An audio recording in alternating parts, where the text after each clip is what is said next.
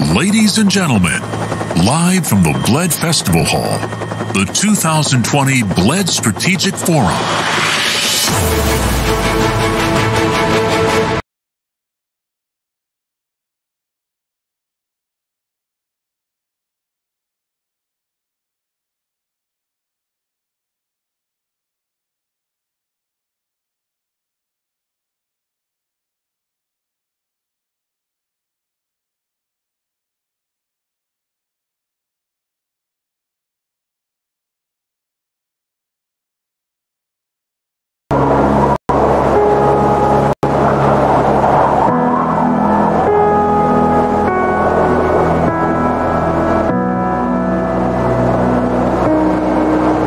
Imagine you could travel back in time to August 2006.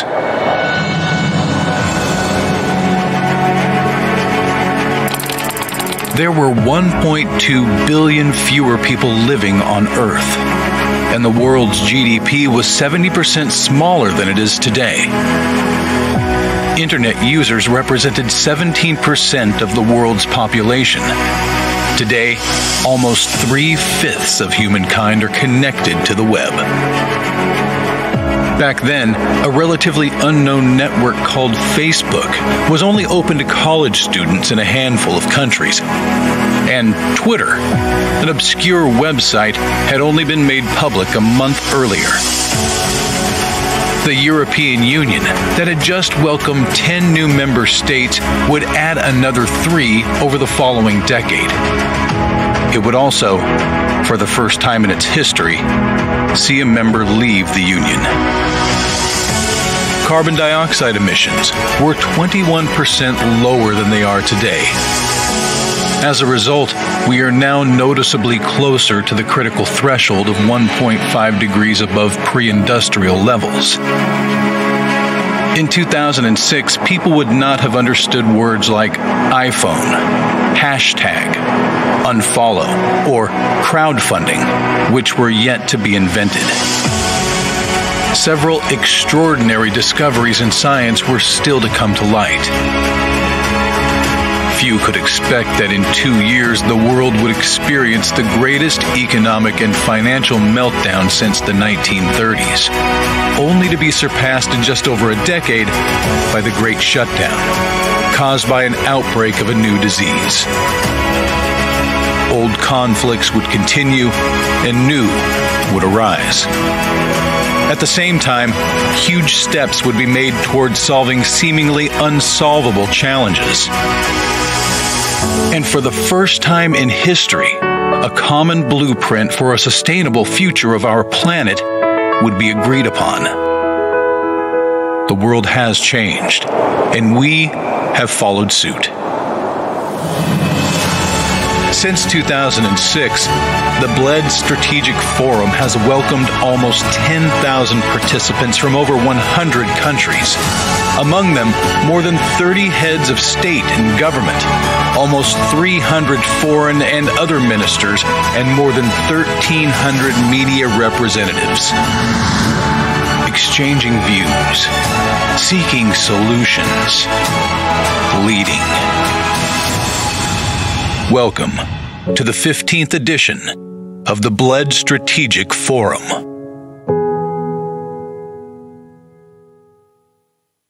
Ladies and gentlemen, the Secretary General of the Bled Strategic Forum, Mr. Peter Girk.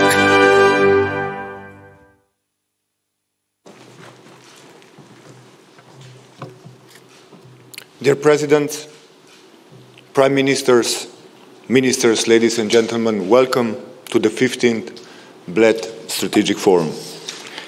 Since 2006, Bled Strategic Forum is bringing together the most prominent political figures, the brightest scholars, and the most progressive businessmen in order to better understand the world we are living in. It's not about altruism, it's about necessity. We live in times of crisis management, and Bled Strategic Forum never backed down from a challenge or from a crisis. Throughout the years, we always try to go deeper and find answers for the biggest and most important questions that our society is facing today and tomorrow. Crisis of trust, crisis of leadership, economic crisis, migration crisis, political crisis. This year is no different. In the midst of COVID-19 pandemics, the world stopped for a while. It gave us time to think and contemplate, and to learn from the past mistakes. Did we use it wisely? Did we learn anything in order to change, adapt, and transform ourselves to become a better, more sustainable, and more secure community? I don't know. But I do know that at the Bled Strategic Forum, we will keep on trying. This year and in the years to come. Let me leave you with two words that I learned during the recent crisis: responsibility and solidarity. I have come to understand that they are not excluding each other. They are both an integral part of the new normality we are searching for. With this, it's my pleasure to welcome on a stage a man who was there at the beginning and is one of the godfathers of the Bled Strategic Forum, former Minister of Foreign Affairs of Slovenia, Dr. Dimitri Rupel. Dr. Rupel, please.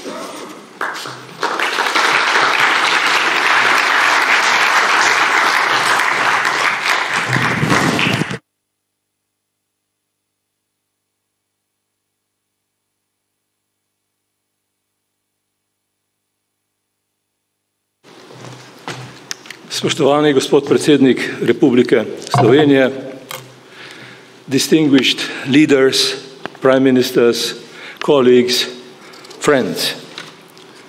Try to imagine this place, Bled, 15 years back. During the summer of 2005, a year after our accession to the EU and NATO, two people were rowing a small boat towards the middle of Lake Bled. They were the then and current Prime Minister Janša and myself, the former foreign minister who happened in 2005 to be the chairman in office of the OSCE. On the lake there was no security and no eavesdropping, so it was an ideal occasion for spontaneous exchange of ideas and, as it has become evident afterwards, strategic reflection. We were in the same boat alone, but we felt that we were also in the same boat with other new and established nations, a conviction we kept also during our chairmanship of the OSCE. My Prime Minister came to the idea that we should exploit the attractive location of Bled as a venue for international conferences. The next year, the Bled Strategic Forum was born. Ladies and gentlemen, 15 years back, Slovenia participated in the happy process of European and Euro-Atlantic integration. 15 years earlier, i.e. 30 years back, Slovenia was only recovering from isolation produced by its long residence in an obsolete system and by detrimental effects of the Cold War. We tried to connect with as many nations as possible.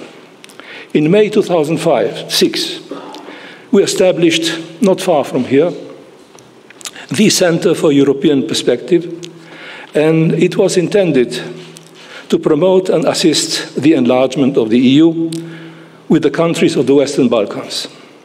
The idea, attracting support by prominent politicians and diplomats from EU and the United States, again was that we were all more or less in the same boat.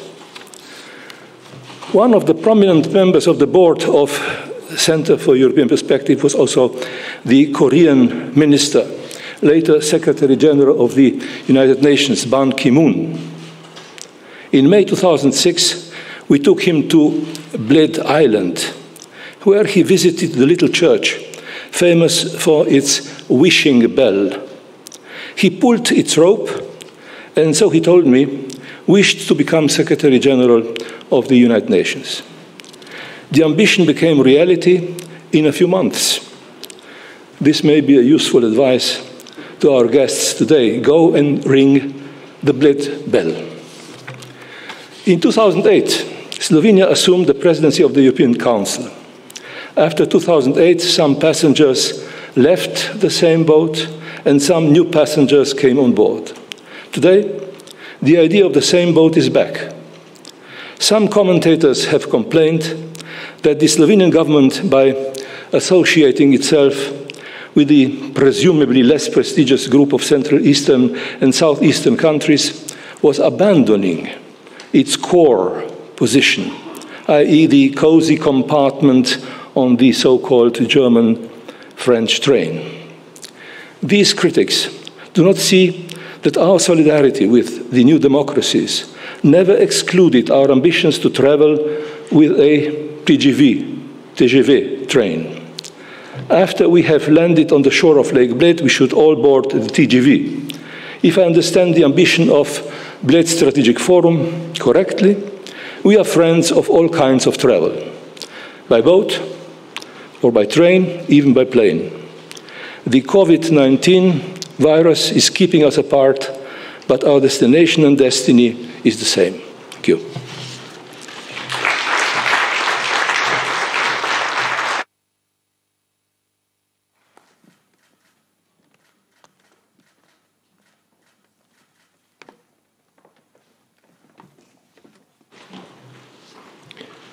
Thank you very much, Dr. Ruppel, for your words.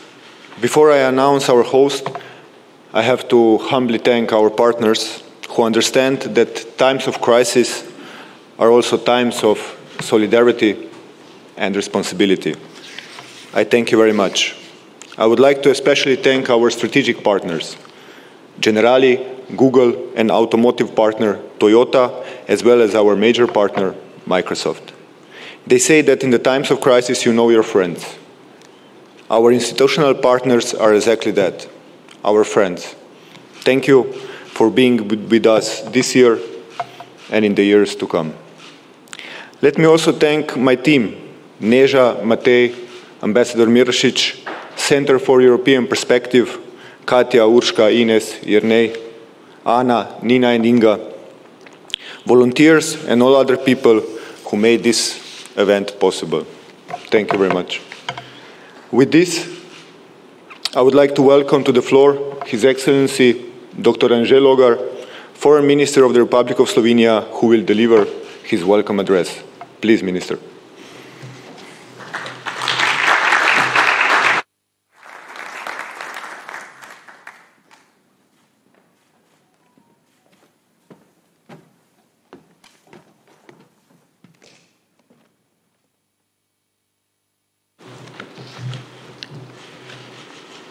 Distinguished guests, presidents, prime ministers, colleagues, ladies and gentlemen. Welcome to Slovenia, welcome to Bled. I'm sincerely grateful for your participation in the 15th Bled Strategic Forum. I want to stress that we find it so important to hold a real physical forum and celebrate its important anniversary. It is always a challenge to keep an event going on for more than just a few years, and it is rewarding to see the event grow in size and importance. Year after year, the Bled Strategic Forum proves its values and potential, so I simply must take this opportunity to thank all the individuals, institutions and partners who have made 15th edition of the forum possible. Dear friends, a year ago, this forum focused on challenges to global stability, sustainable development, and economic progress. The possibility of a pandemic stopping the world in its track was contained to dystopian novels and blockbuster movies. And yet, here we are. New normality is a phrase with which we try to describe the enormous changes that keep happening, from international politics to completely personal decisions like, should I elbow shake my old friend or I rather stay distant? But is this new normality a product of pandemic Or it is the other way around. The pandemic is the result of our old patterns of behavior.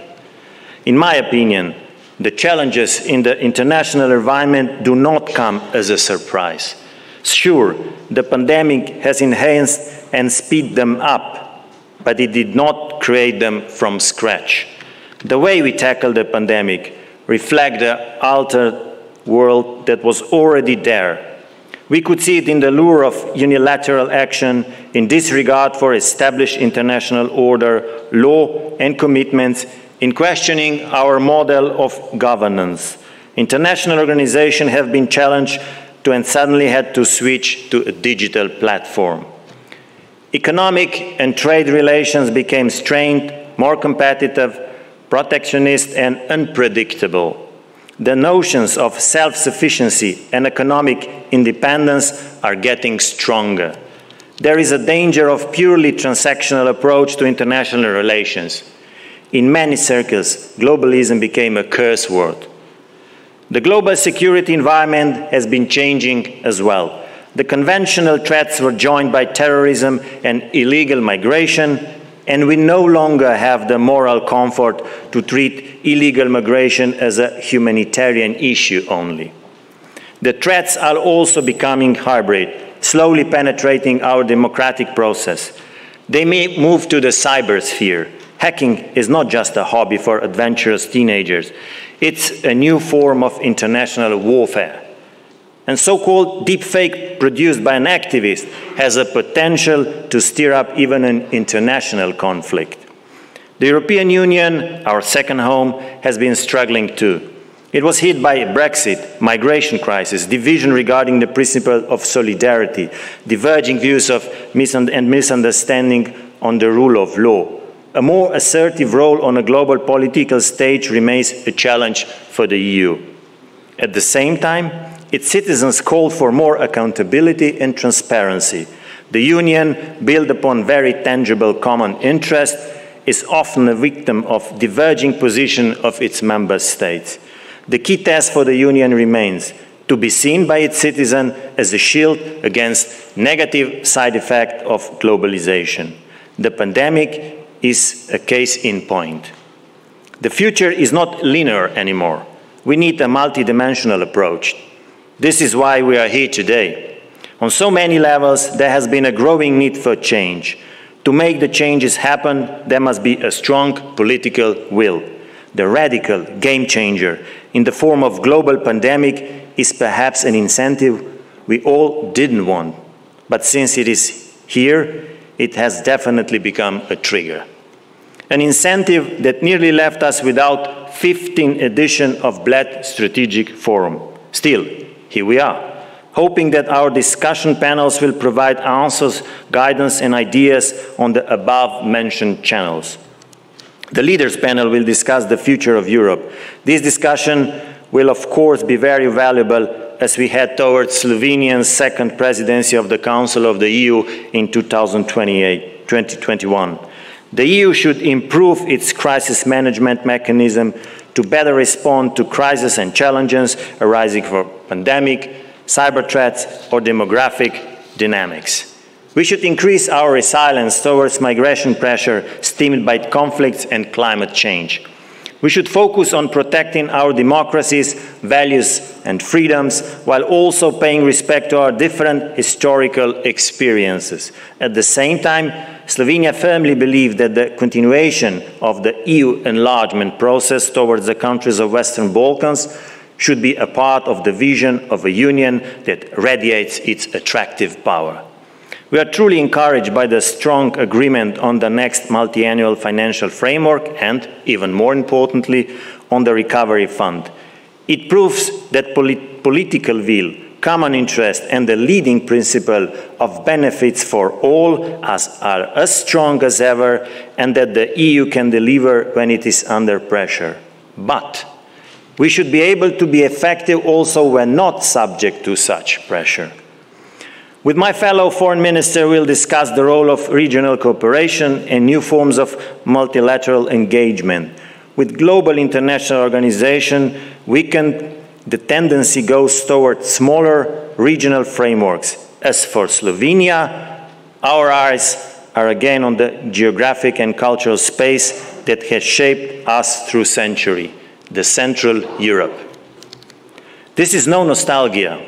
It's about concrete projects to better connect our countries, primarily with transport and energy infrastructure. There is also room for cooperation with partners outside the region. The 3Cs initiative, connecting 12 European nations with other European partners in the United States of America on a very project-based agenda, is an excellent example of such new mechanism. No economic recovery or resilience regarding health, climate, or social crisis is possible without stability and security. European security is of paramount importance, and we must engage more regarding European common security and defense policy. European security does not exist without transatlantic alliance. Even when we do not see exactly eye to eye or have competing interests, security, together with values and democratic standards, is the cornerstone of our partnership. We must safeguard it, also by accepting the concept of fair burden sharing, however unpopular it might be with our Minister of Finance or public opinion. Security comes at a price. We know it from automotive industry, where decades of investment in safety resulted in so many lives saved on the street. Our investment in national security is saving lives too. In addition, combining the resources and skills of both EU and NATO will provide a solid base to face both conventional and new security challenges. Cybersecurity and digitalization will be addressed in the final two panels. In this regard, three issues come to my mind. The first is the importance of effective, affordable, and accessible digital tools, as demonstrated during the pandemic. Diplomacy moved to online platforms. Business meetings are conducted from private kitchen tables. In an ironic twist, we had to tell our children to stay home and turn on the computer because that's where the school is taking place. The good part is that for the first time in a while, they opted for playing with their friends outside. Of course, digitalization has been on an unstoppable rise for quite some time. Slovenia is honored to host the first UNESCO International Research Center on Artificial Intelligence. We see it as an immense opportunity in terms of science, innovation, education, and, as a final result, development. Second, the threat to our cyber assets is probably higher than a threat of armed conflict. We must address the delicate balance between the open character of cyberspace, benefit of wide cooperation, and protecting key digital infrastructure. We need trustworthy suppliers to build up our critical ICT infrastructures. And thirdly, we need to think about European solution, European autonomy in cyberspace. This is both an issue of cybersecurity as well of new Europe-wide industrial policies that might become a key to Europe's continued prosperity. To sum up, today's post-COVID world may look different, but the changes are not a surprise. The virus has just helped us to see them in a clearer, albeit very painful light. I want to pay my respect to more than 850,000 victims of the virus worldwide. They are a wake-up call that we simply must hear. We must see it as an incentive to adapt, to be inventive, and to find mutual interest with our closest and most reliable partners for the sake of the future. Bled Strategic Forum has been a highly respectable discussion for 15 years. It remains so.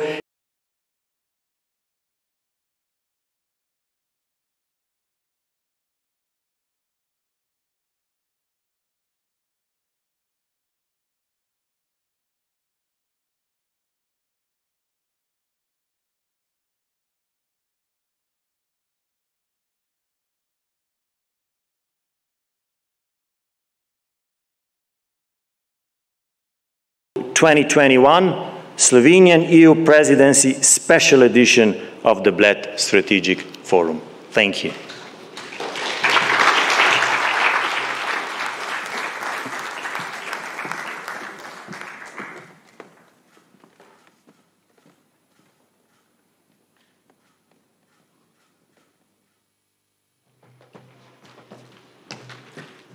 Thank you very much, Minister, for your thoughts and your suggestions, and especially I would like to thank you for your support in organizing this year's forum in interesting conditions, I would say. With this, I would like to welcome to the floor His Excellency, President of the Republic of Slovenia, Mr. Borut Pahor, who will give a keynote address. Mr. President, please.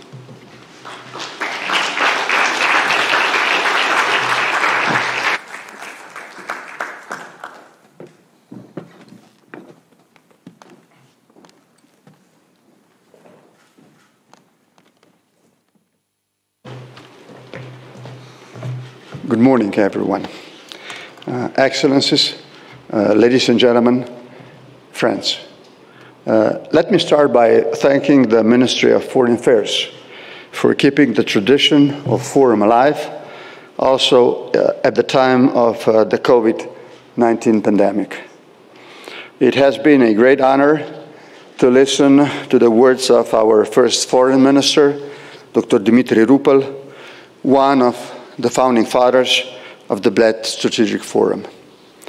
I wish to extend a warm welcome to all distinguished guests and participants. Excellencies, ladies and gentlemen, the 2020 edition of the Forum will address the challenges and opportunities in a post-COVID-19 world. The so-called new normality is bringing about political, economic, and social changes. Its impact will be, at least in my view, more powerful than the direct healthcare consequences. These considerations also relate to the preparedness of our country for the post-COVID era. In this sense, I would like to underline the following elements from a narrower foreign policy point of view.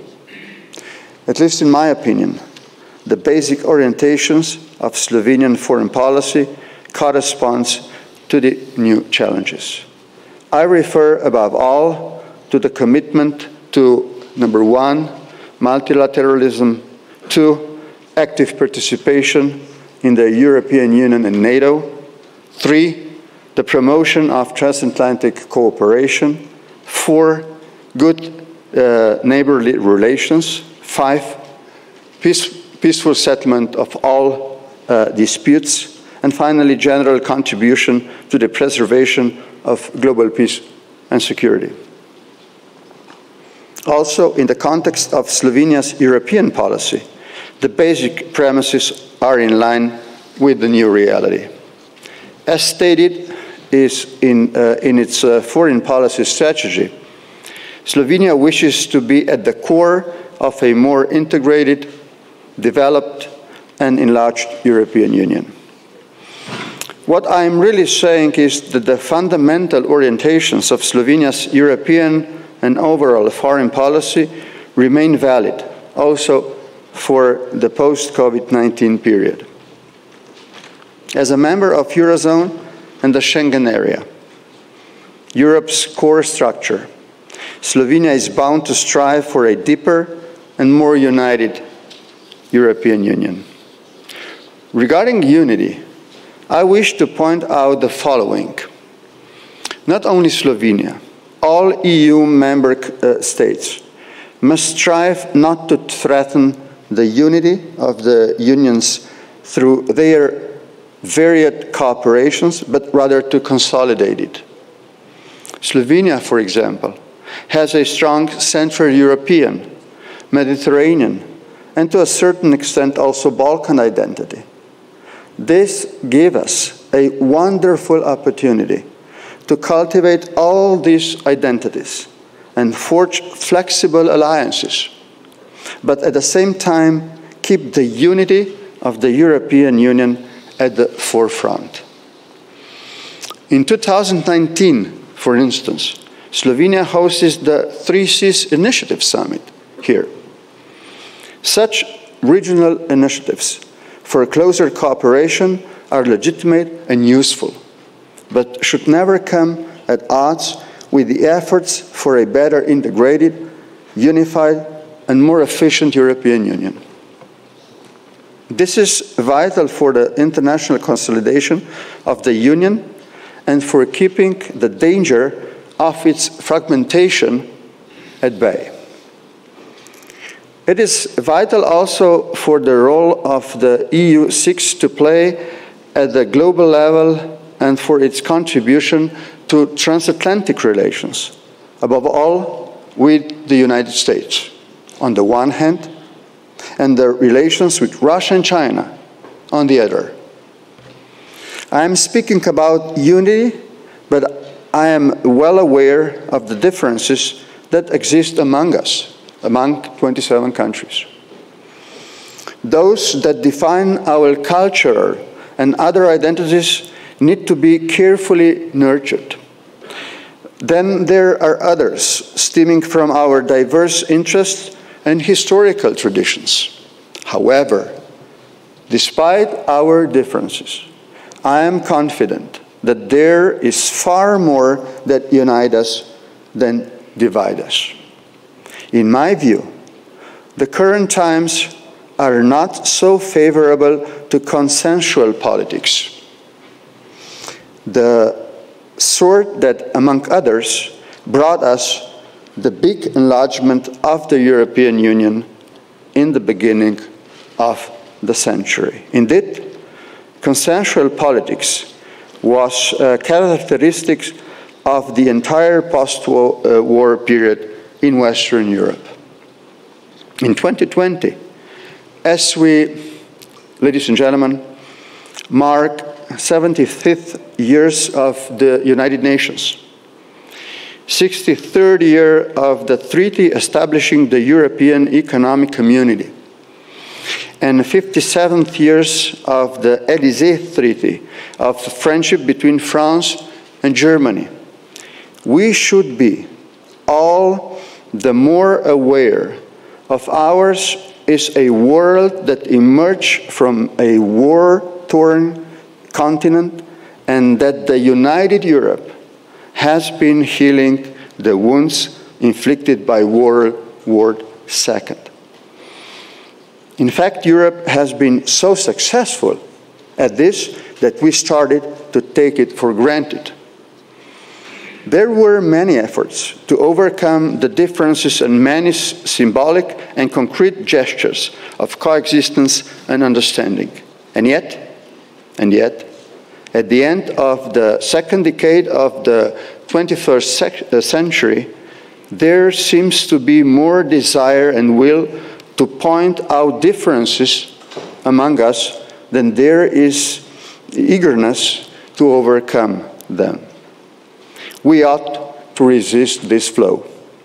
In July this year, upon the 100th anniversary of the arson of Slovene Narodni Dom in Trieste and its handover to the Slovene community in Italy, Slovenia and Italy also commemorated Slovene fighters against fascism and the victims of post-war executions.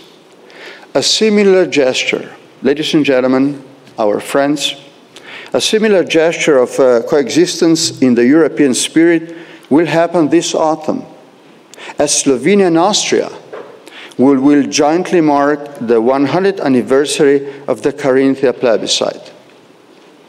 For all of us living together, it is of utmost importance, both in the national and the European framework, to be able to feel and understand the pain of others. As I frequently say, we cannot change the past, but we can change the future. Finally, ladies and gentlemen, in addition to Brexit, irregular migration, and the situation in our neighborhood, the COVID-19 pandemic is putting additional strain to the effectiveness and unity of the European Union.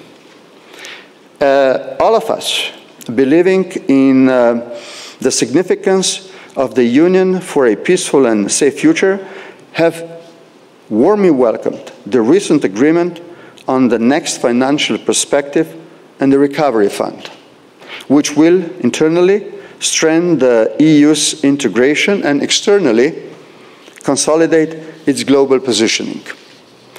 Before that, the European Green Deal has inspired hope that the Union will regain its leading role in the global efforts aimed at sustainable climate policy and development. Next on the agenda is the Conference on the Future of the European Union.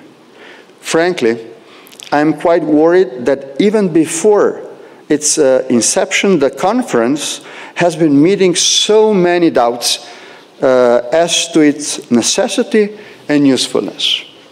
I do recognize that in confronting the current problems, a lot of current problems, of all the member states and the Union as a whole, we have to show pragmatism and remain concrete. Nevertheless, we also need a vision for our community in times to come. Slovenia's vision to the European Union is that of a family of nations. The values that inspire us are the values of human dignity, human rights, freedom, democracy, equality, and the rule of law, as well as minority rights and preservation of cultural diversity and language equality. The pandemic must not become an excuse for postponing discussions on the future vision of the European Union. According to an old saying, we should not waste the opportunity offered by a crisis to look for fresh, practical, and strategic solutions. I hope that we will be able to do so in the interest of peace and prosperity of the Europeans and the entire world. With that, I wish this conference a lot of success. Thank you so much.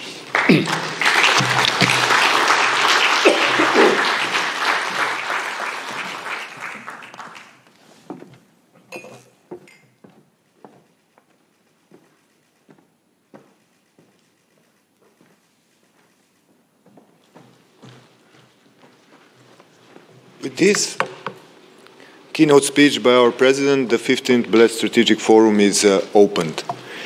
Before we begin with the leaders panel, we will hear a short video message by the President of the International Olympic Committee, Mr. Thomas Bach.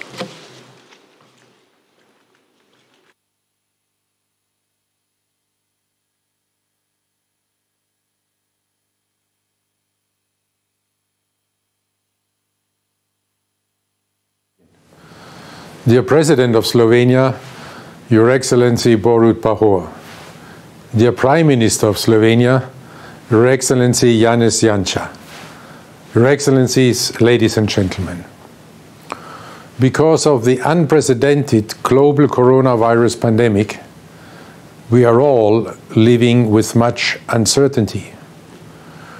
This is why this year's Bled Strategic Forum comes at a very important time. The world needs to better understand and to address the far-reaching consequences of this crisis. I would like to congratulate the organizers of the forum and thank the wonderful Slovenian hosts for bringing together so many leaders and decision makers from Central and Southeastern Europe. We are all still learning every day. But I hope very much that one lesson from this crisis we have already learned. And this lesson is we need more solidarity. Solidarity within societies and solidarity among societies. Solidarity is at the heart of the Olympic Games, which unite humankind in all our diversity. In these extremely uncertain and fragile times, the Olympic values of excellence, friendship, respect, and solidarity can give all of us good guidance. Countries around the world are starting the long journey of recovery from the pandemic. Sport is ready to contribute to rebuild a more human-centered and a more inclusive society. Sport and physical activity contribute directly to physical and mental health. Sport can save lives.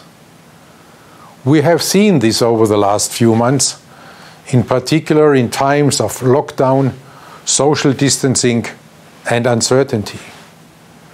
This is why the recent Stay Strong, Stay Active, Stay Healthy campaign of the IOC resonated so strongly, with 500 million people being introduced to this campaign throughout the world's biggest digital Olympic workout. Sport has also a great social significance by being the glue which bonds communities together.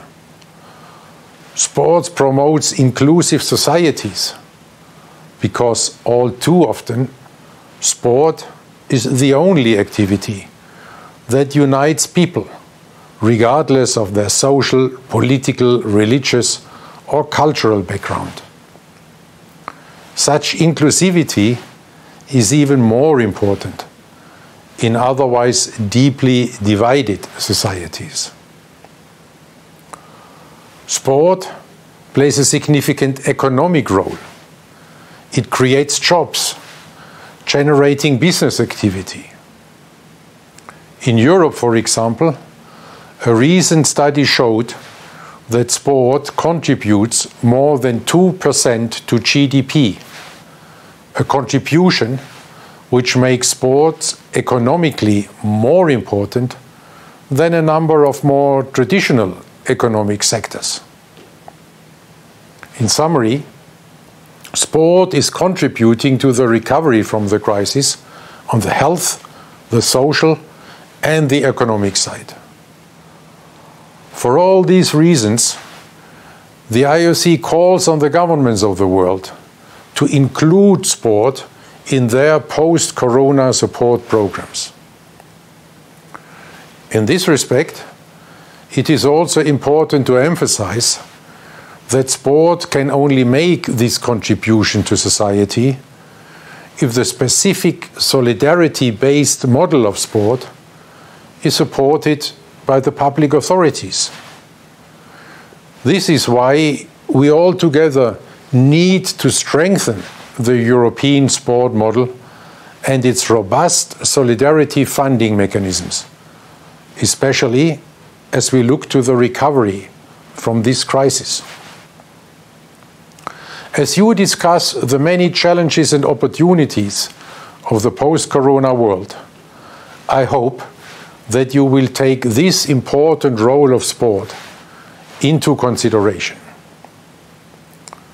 The post-corona world will need sport and the Olympic values of excellence, friendship, respect, and solidarity. We are ready to make our contribution. In this Olympic spirit, I wish you fruitful discussions and a successful forum in wonderful Slovenia.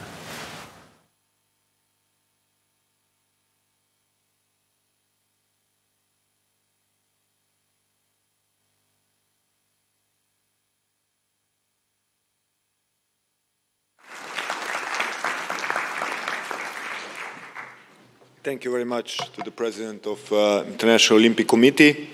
And now we will start with the leaders panel.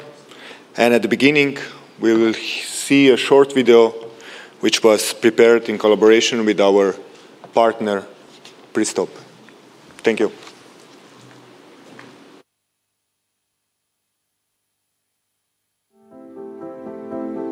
Let's start by taking a few moments to reflect on the world we live in. This year, the world has been hit by a health emergency of unprecedented proportions. To a certain degree, COVID-19 has disrupted almost every aspect of international relations and our lives. It is therefore paramount that we do not allow ourselves to forget that we are inextricably interwoven, connected by the sheer acts of endurance and cooperation. We can point to several instances where cooperation has broken down barriers and created bridges, bolstering our global bonds despite the dire situation we find ourselves in. Solidarity, as well as sharing knowledge and assisting each other, helped prevent catastrophic scenarios in many countries that were able to successfully curb infection rates. By setting aside their differences, leaders of the EU member states with diverse interests came together to reach a historic agreement on the COVID-19 recovery plan. The agreement serves as a cornerstone in revitalizing the EU and its economy in the post-pandemic era. At the same time, cohesion remains the building block of the recovery and the Union. If anything, we have learned to listen to the world around us and receive cues where we once only heard rumblings. So, as the ocean sways, we must sway with it. That is why deepening our cross-continental and transatlantic cooperation is essential in our fight against the virus and its consequences. Cooperation between neighbours safeguards our mutual interest, reinforces solidarity as the guiding principle of the European idea, and erases the dividing lines that impede us from reaching our common goals. All this reflects a resolute dedication to our common values, the principles of democracy, transparency, and the rule of law. It reflects a future where we achieve things together, a community working as one.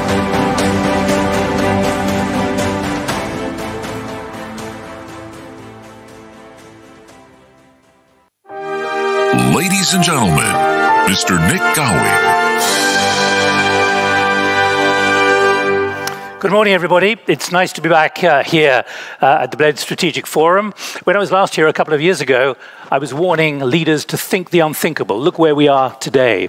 What we're going to be doing in the leaders' session for the next 80 minutes or so is considering the future of Europe after Brexit, that's in the title, and after the COVID-19 pandemic. But I'd put to you, this is going to be about living with COVID as opposed to after. So that needs to frame our thinking as well. Do please contribute your thoughts. I'd like you to hear from you digitally as much as physically as well. Digitally is the way to communicate with me.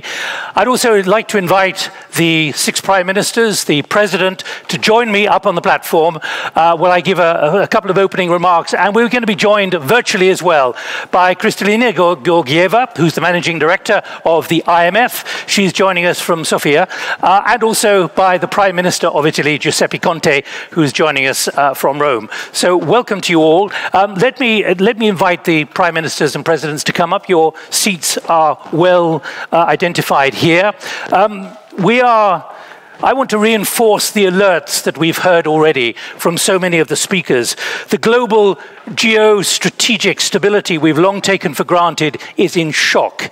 Stability was already unraveling before COVID-19. The pandemic then accelerated huge societal changes. It exposed global vulnerabilities that were already threatening the global multilateral system. As Josep Borrell has said, the High Representative, in a great piece opening in the Bled Strategic Times, warning of Europe's great responsibility in this new era. The European Union was pretty cautious to accept the inevitability and the awfulness of what was unraveling. And this exposed new fault lines. And what we want to get to in the next 80 or 90 minutes is to understand where those fault lines are at the moment. They were redefined significantly by national interests. What nations saw as the need to protect their country from the medical and economic ravages of COVID-19.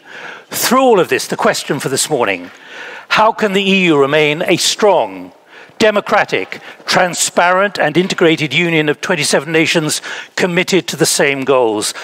Or are those economic and medical ravages of COVID-19 shredding the unity and the solidarity that every member nation is formally signed up to, committed to. So that's the basis of the next 80 minutes or so. Let me just give you an idea of what we're going to do. We, in a moment, will hear from each of the speakers in a very short icebreaker, literally an icebreaker, 45 seconds. I want to hear from them, their view very quickly about where Europe is at the moment. So that means interventions from here and from Italy as well. And then we will have 10 minutes with Madame Georgieva to highlight the economic realities we're all facing, not just in Europe, but globally as well. I'll then be doing a 5-minute interview with each of the leaders behind me and also Mr. Conte in Italy. And then in the last 25, 30 minutes, we'll have open discussion, bringing together each of the remarks which we've heard from the leaders here. That's why I want your comments as well. I'm actually going to be sitting here with my back to you because I want to be able to see who's speaking and also to be able to see who's speaking down the line. Good morning. Welcome, everybody. Nice to see you all. But what I'd like to do, first of all, is go to the Prime Minister of Croatia, first of all, to ask you in 45 seconds what your view is about you had the presidency for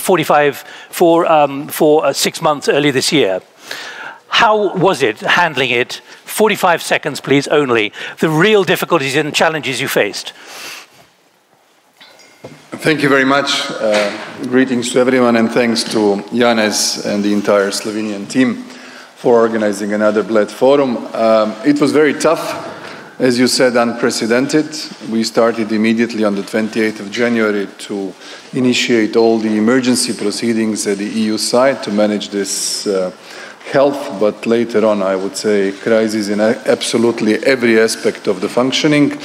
We basically had a virtual presidency as of 10th of March, also unprecedented in the entire history of the European Union. What we managed was to well coordinate the initial activities to better be putting into focus the entire health domain, which normally is not the domain at the EU level. What do you think? Could you have done more?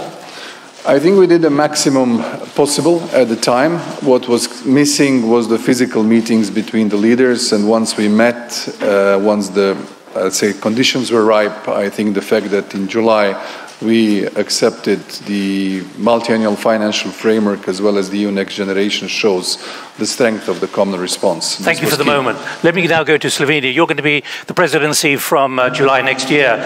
Prime Minister, what do you want in place when you take over? In other words, what has got to be done in the next 9 months? What's the challenge for all of you here? First of all, thank you to everybody for coming here at Bled at this very important moment. Congratulations to Andrej, because Croatian presidency was this first presidency after the membership, and I cannot imagine more challenges coming together within 6 months, so you did it well.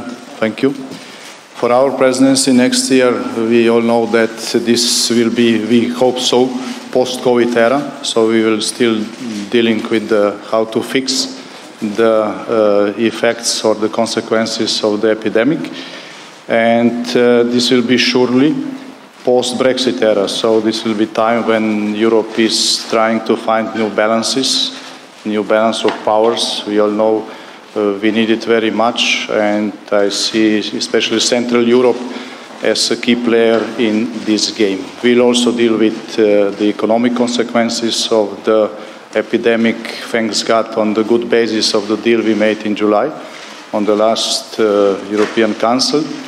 So we all hope that all challenges for our presidency will be met within much better economic situation than we are facing now.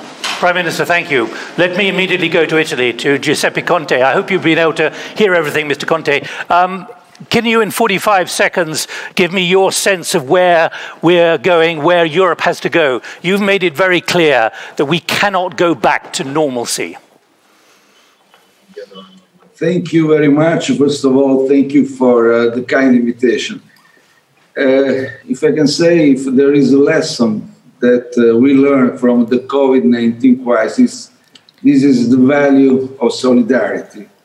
Italy, as you know, was the first Western country to be hit, and was hit in a very hard way by the pandemic. Italy and its citizens have shown great resilience and adopted a model containment that proved useful to many other countries.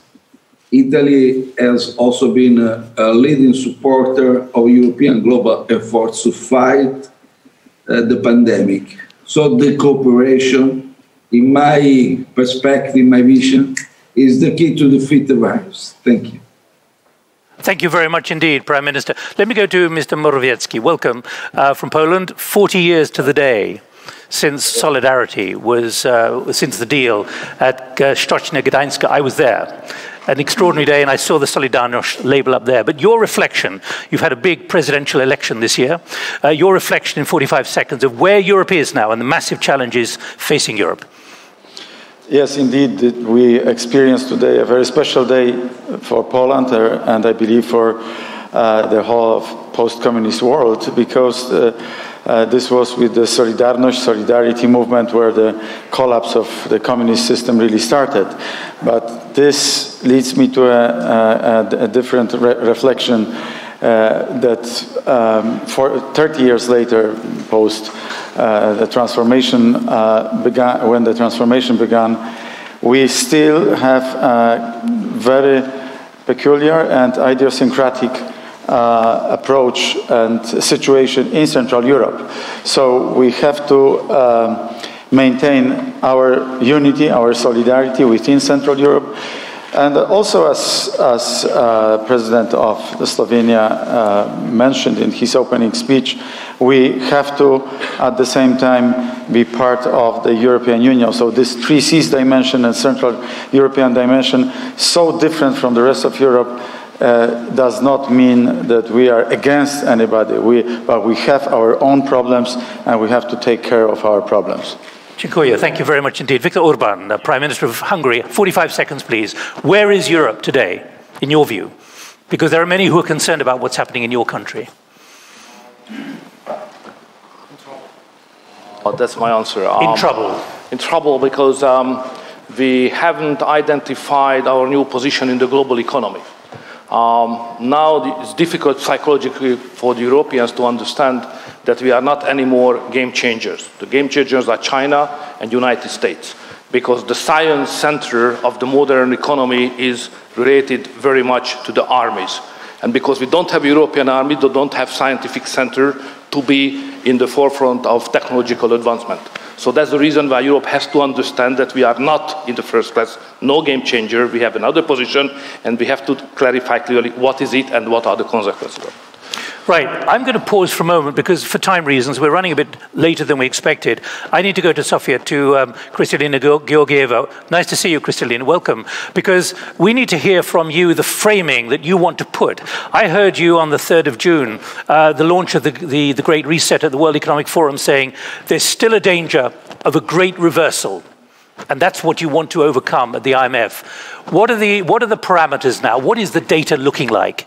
Because you said we've got to be optimistic. Can you be optimistic? One moment, let's get... Wonderful. Wonderful to see all of you. Can you hear me? Yes, we can. Go ahead. Okay, great. First and foremost, many thanks to Prime Minister Janša for bringing us all, even some of us, unfortunately, being just on a screen. Nick, the very last time you and I have communicated, it was on the issue of thinking the unthinkable. And I hear you saying it, you engage with people on this scene as well. Came very handy this year because the unthinkable happened. Because of a pandemic, we had to put the world economy in a standstill and trigger the worst recession since the Great Depression, which is unfortunately still with us. So you asked me about the numbers, the data, how we frame our thinking.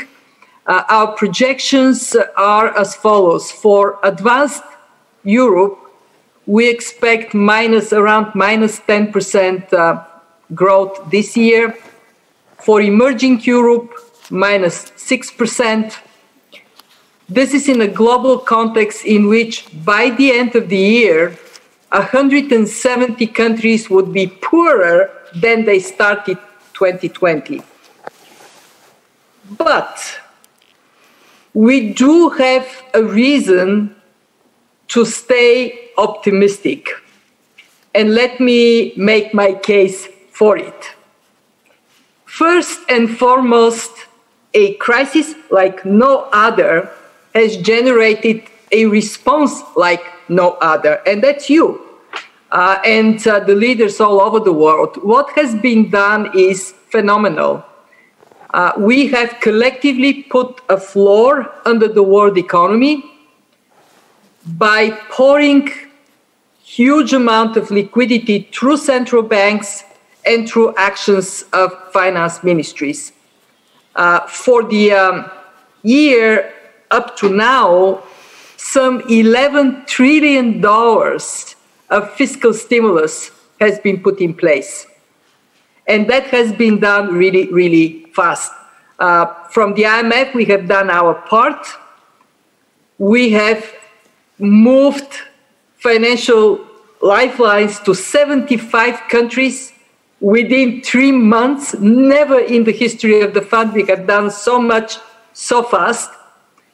We have about $1 trillion lending capacity. We have extended 270 billion, of which more than a third just in this last month. Still, we have firepower. And I want people to take pride of this incredible response, because if we didn't do it, there would have been a massive wave of bankruptcies, and by now we would have been in massive turning into structural unemployment. Hasn't happened. But can I put it to you, Kristalina, that this is more than money. This is about now the resilience of society. All this before the climate emergency. Yep, you're absolutely right. I mean, I'm saying this only because I sometimes find us being less receptive of what we are learning action actually means. We do have now a chance to generate funding for a second stimulus. And this second stimulus has to be, Nick, exactly about what you're talking right now. It has to be about investing in digital, investing in resilience, meaning education, skills, capacity to weather what inevitably would hammer us even more, climate. And very important, investing in the fairness of our societies.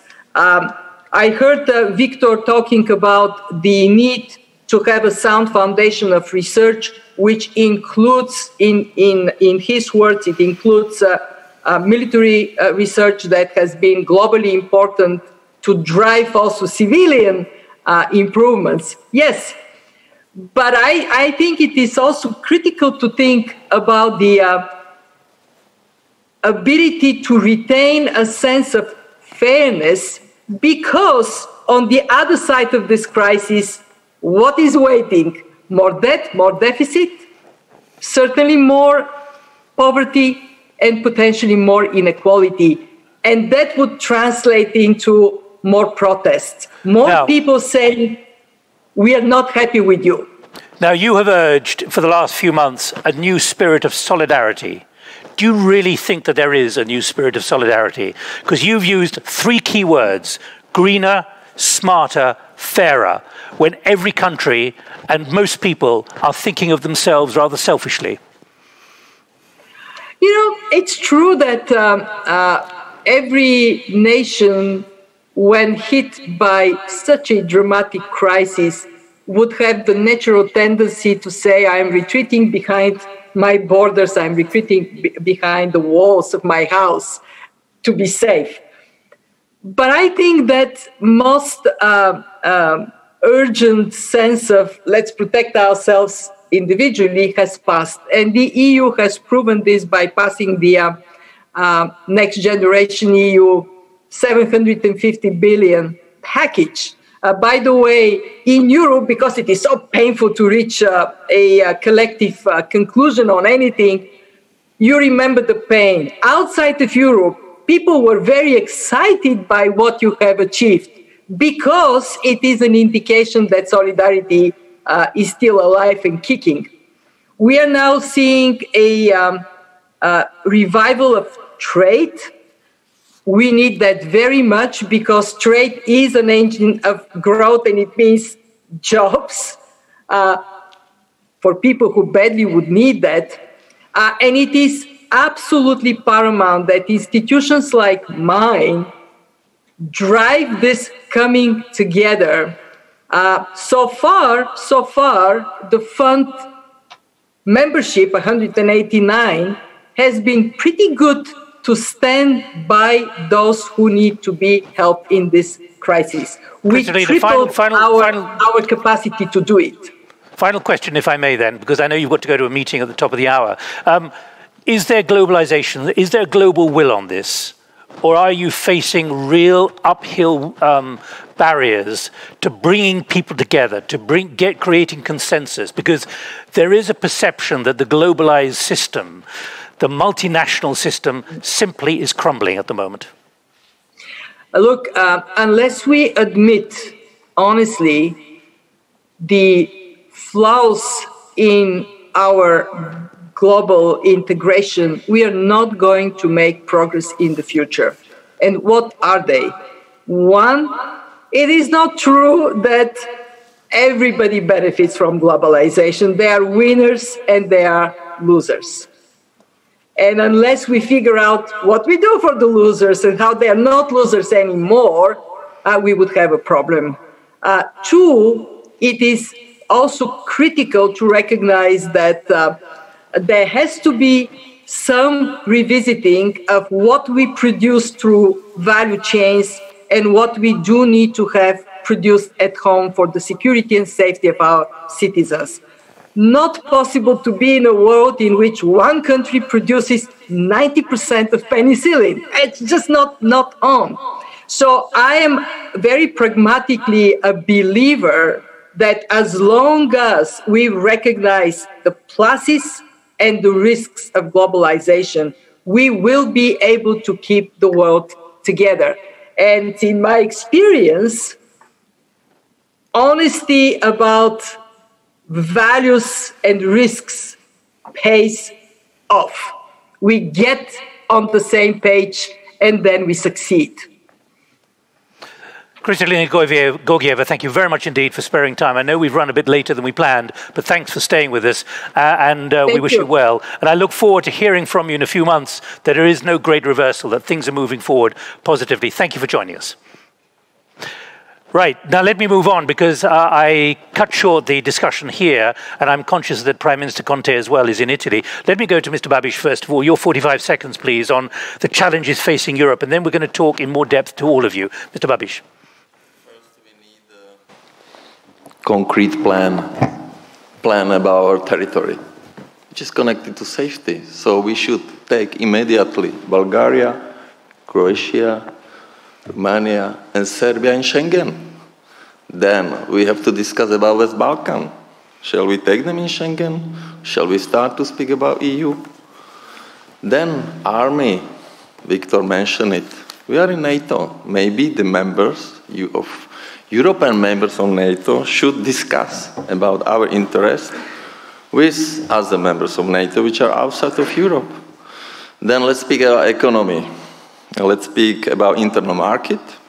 What is the potential? Before COVID was 1.6 GDP, which is about 240 billion euro potential. We have a lot of barriers. Then trade. We need desperately trade agreements. After American elections, United States and others. So, and we need action. We are too slow. If we speak about COVID-19, I don't know why our epidemiologists are not speaking together before they take measures. And second, where is our independence about masks, ventilators, respirators, drugs, and everything? So I was asking my Minister of Health what is going on the level of EU, but I'm not satisfied at all. Prime Minister, for the moment, thank you very much indeed. Too slow. Let me tell you the kind of comments we're getting already. Getting positive sentiment to the President's speech on highlighting our common European principles and underlining the need for strengthening our values. That's getting a lot of positive sentiment. Let me go to Serbia now.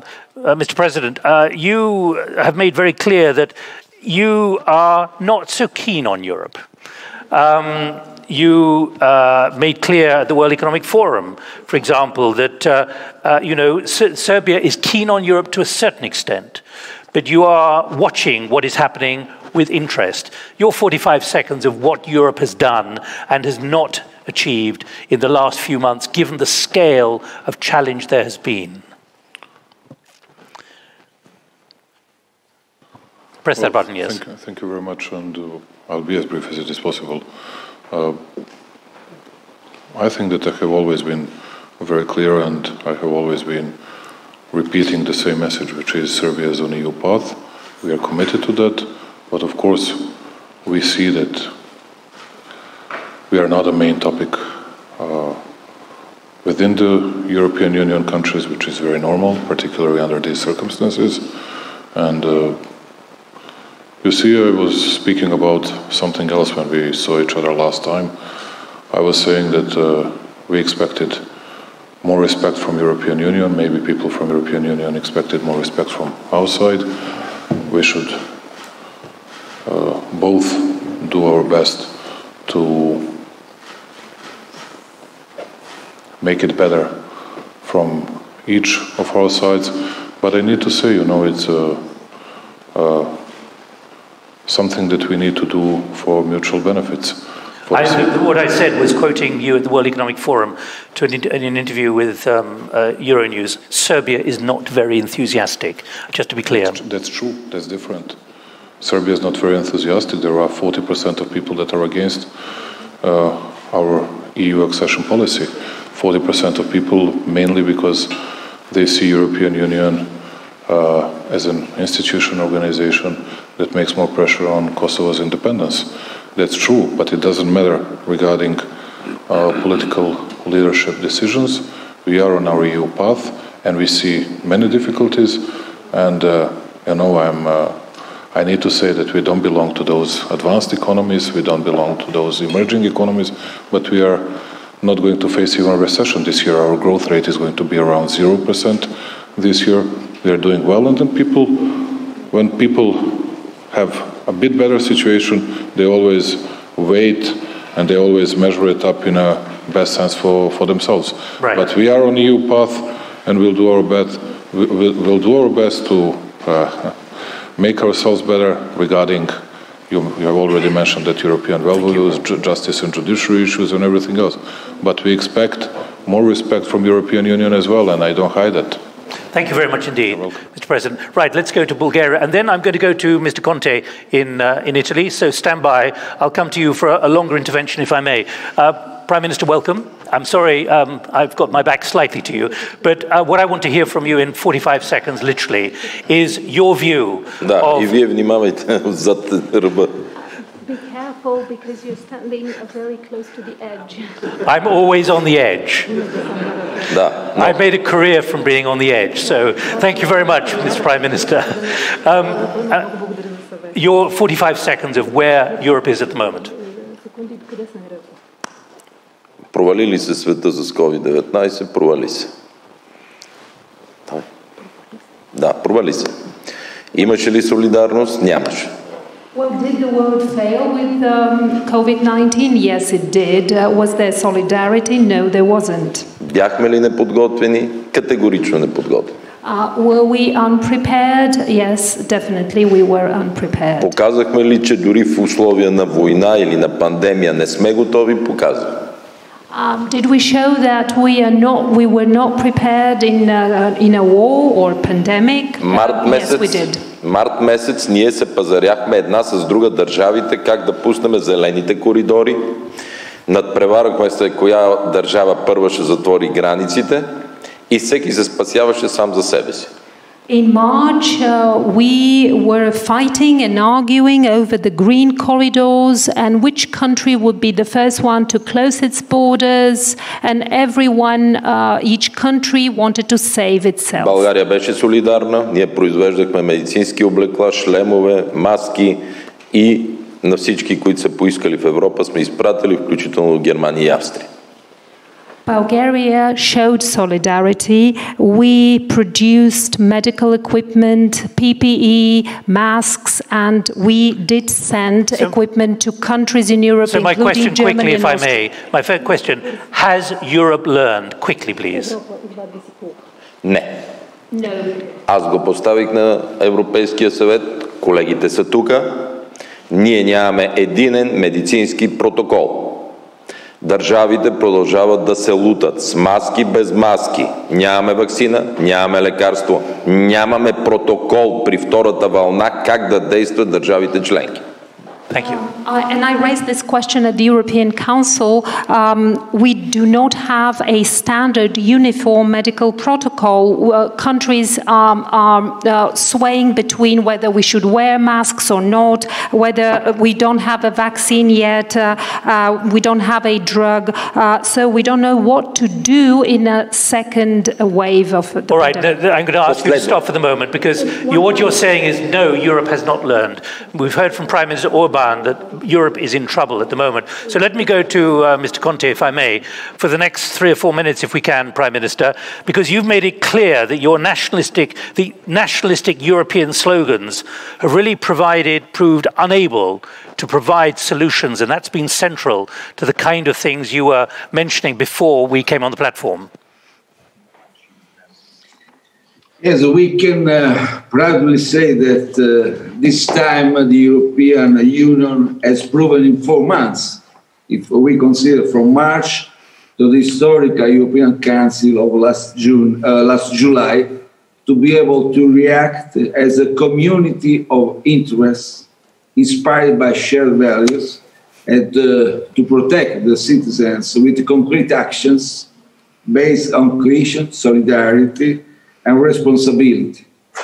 The European Commission, if you remember, immediately adopted the suspension of the Stability and the Growth Pact and other key measures committed to the research of a vaccine. So the European Central Bank has been making a significant effort to support European economies. And also thanks, I like to underline it, also thanks to the impulse of 9 member states, among which Italy and our host today, Slovenia, the European leaders decided to urgently act to protect the single market and to trigger a timely full recovery of the interconnected European economies, whose value chains lie at the heart of the European industry. That's why significant measures were taken, and I am talking about the SURE program, about the pandemic crisis support, and in line with the Franco-German proposal of the 18th of May, the President of the European Commission, Ursula von der Leyen, showed ambition proposing the next generation EU. I mean, the European Commission, the political impulse of the European Parliament set the conditions to reach an historical conclusion of the European Council in July.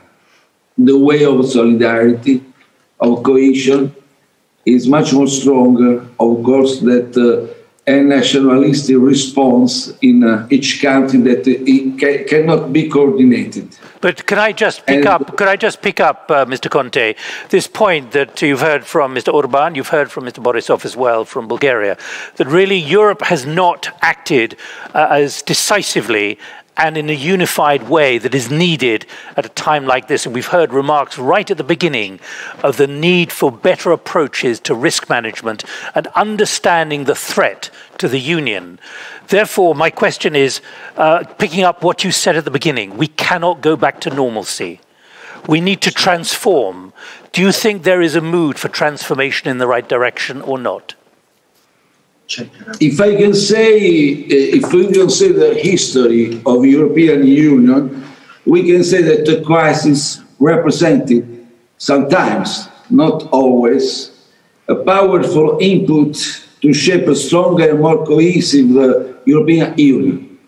I think that we have to act now with this goal in mind. This is a great challenge to give a great impulse for a stronger, more cohesive union. Do you think there's political will for that, though, Mr. Conte, or not? Of course, there are a lot of difficulties because if you have a mechanism, a system where the decisions are taken by 27, 28, now 27 countries, you can imagine that the mechanism is very difficult and to manage a political vision, very coordinated, very powerful and strong, it's a little bit difficult. But I think that the path is this one, the way is this one. We have to be a very strong vision in order to manage also the next crisis, as this one maybe that we will face the other crisis, unprecedented crisis like COVID-19. And we need to have this very strong political vision. All right, for the moment, thank you very much, Mr. Conte. Let me go to Prime Minister Orban. You heard there from Mr. Conte that what he said is the nationalistic anti-European slogans have proved unable to help provide solutions. Now, many are concerned that Hungary has made it more difficult to get consensus through the crisis and is going to make it even more difficult because of the way you've handled things and the way you've centralized power and removed certain parts of a liberal democracy. What do you say to what we've just heard from the Italian Prime Minister? If you have a correct measurement, the Hungarian democracy is at least as good quality than the German one or the Italian one. So I don't see the basis of that argument at all. But what about the concerns about what you have done? You have centralized issues in Hungary, which has made it very difficult to hear other voices.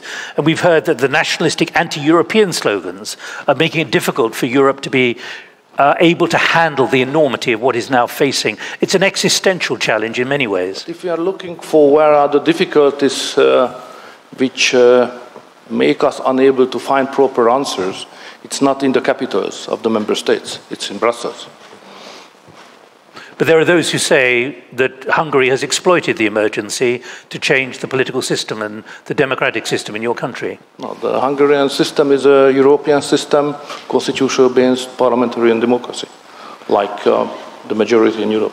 But boringly look like the other. Anyway. But I'm putting to you what the concerns are about Article 2 and so on, that legal changes are going far beyond reaction to a pandemic. No, the point is that the treaty of the European Union is very simple and clear. If any member state has any dispute with any European institution, they have to go to the court, the European court. And we always do that. So we don't have problem of the dispute settle mechanism of the European Union. But what about the state of danger being over, and you've now encompassed much of what you introduced into an omnibus bill in Parliament? Hungary did the job relatively well. It worked. The government made proper decisions at the right time, in due course. The Parliament supported it, so it's a boring parliamentarian democracy. What kind of Europe, though, does Hungary want? Because there are those who say that you are challenging the very core principles, which is going to make the next few months and years very difficult. Okay, so the first what I have mentioned is a historical dimension. So the fact is that when the Bled summit was established, the investment in the global economy was produced, as far as I remember, 81% from the West. And it was just 18% from the East. Today, the figure is that 58% is coming from the East. as global investment of the global economy, and only 40 from the West. So the fact is that, historically speaking, the fight for good technology, we are not on the winning track. Because if you would like to have the best technology of the world, you need a kind of military background, because all important technologies are coming from military science background. And Europe is totally out of that competition. That's my first observation historically. On security, I share the point of some others that without enlarging the European Union and accepting Serbia as full member, we cannot complete the security architecture of Europe. That's the second. The third one is economy. How the European economy could be competitive again. Because unfortunately, as the figures tell us, we are not as competitive as we were and we should. So these are the major challenges. The problem is not the member states and the political system of the member states, intentions of the member states. The problem is that we don't have strong common policies on the three major areas: global competition, good economies, and security enlargement issue. I'm going to go to Mr. Morawiecki at the moment, who's very much emphasized the importance of democracy in all of this. But let me put to you bluntly that you're stamping out dissent. You're undercutting the power of opponents and demonizing minorities, and those are not the European Union principles. And that's why we're having this discussion, which is a divergence which is taking place. The fact is that in Hungary we haven't experienced the same democratic one as everywhere in Europe. I don't understand exactly the facts you have mentioned. But it's not a forum about Hungary, but that would be probably another interesting story. But I think the Hungarian democracy is fulfill all the requirements which is general in the European Union. So I don't accept the point that Hungary is something special in that respect. What's going on in Hungary, more than in some other countries, but that's not exactly the same topic as we have today, is a kind of fight for intellectual sovereignty.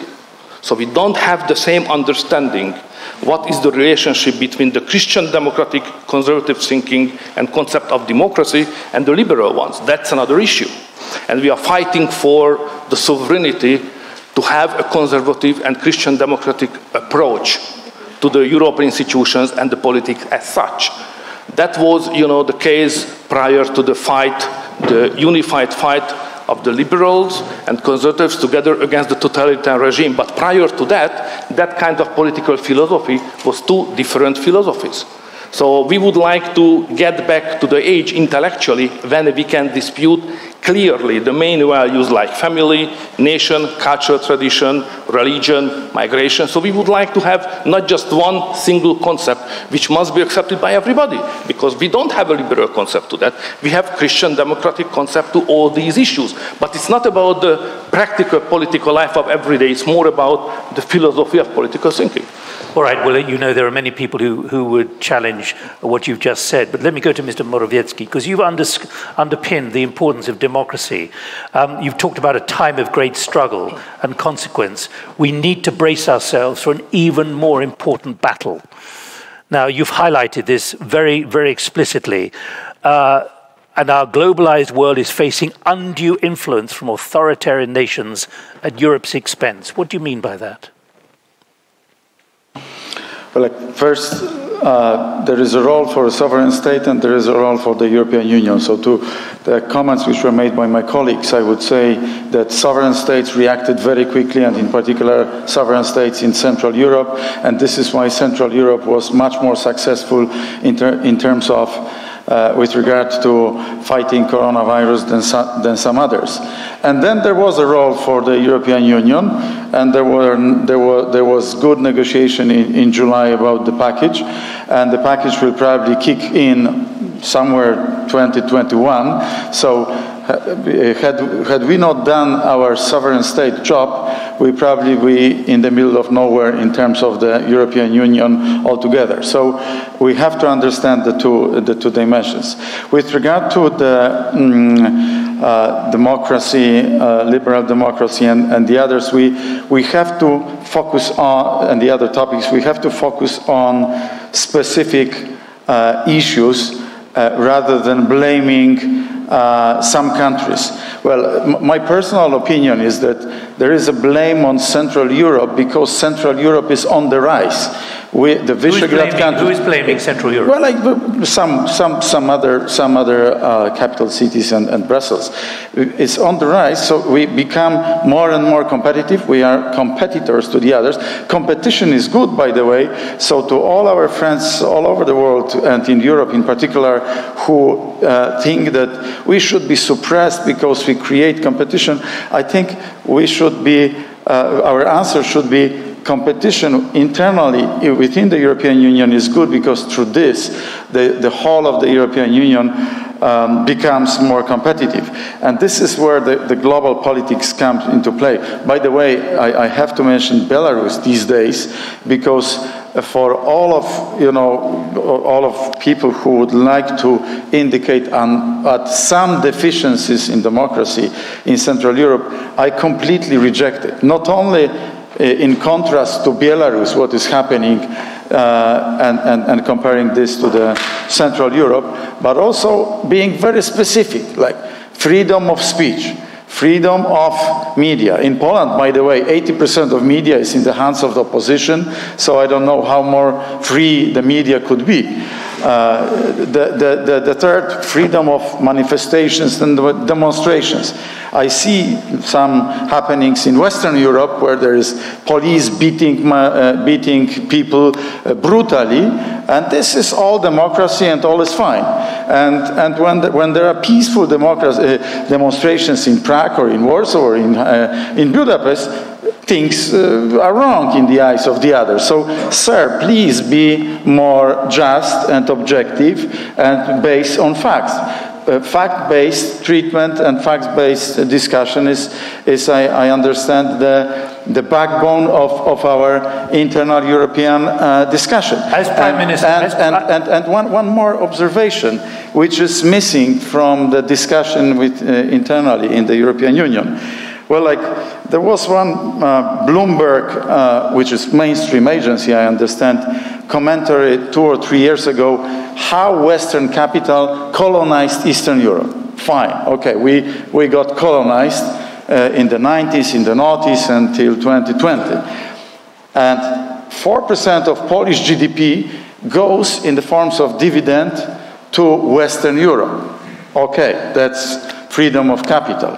But when the Central European companies, small and mid-sized companies, try to fight on the European market, single European market, we got hit back by some by some directives, like mobility package, like delegated workers.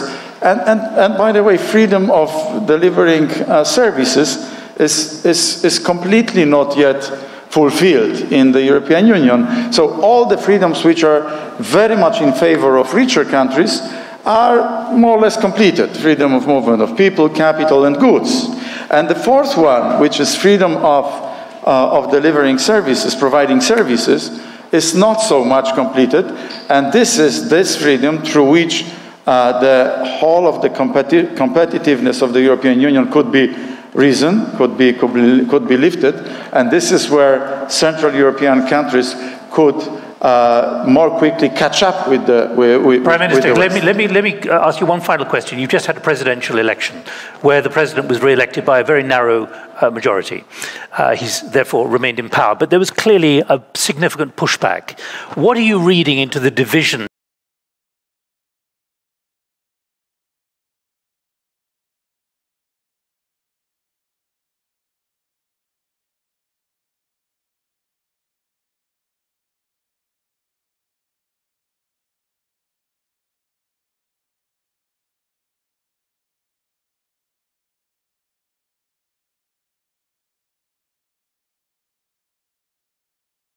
frankly speaking?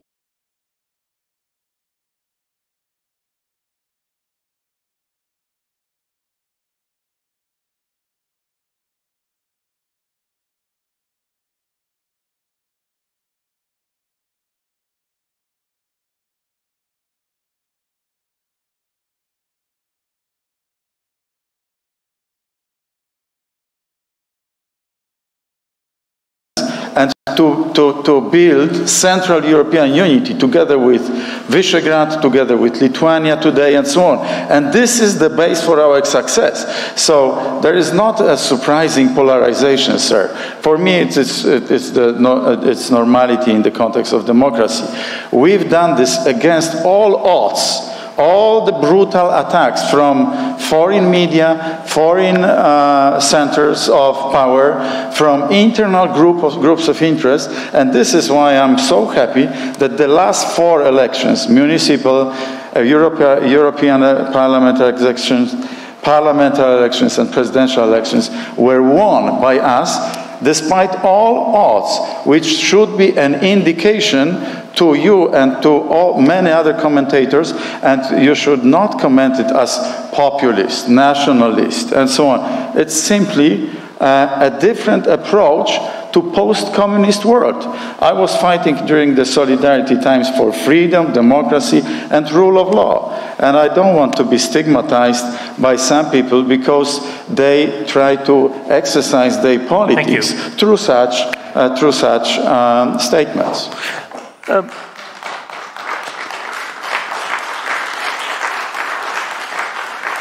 Mr. Plenković, on this issue, given that you've just been the presidency of the European Union, particularly the disappointment of the Croatian presidency for not taking a firmer stand on the issue of where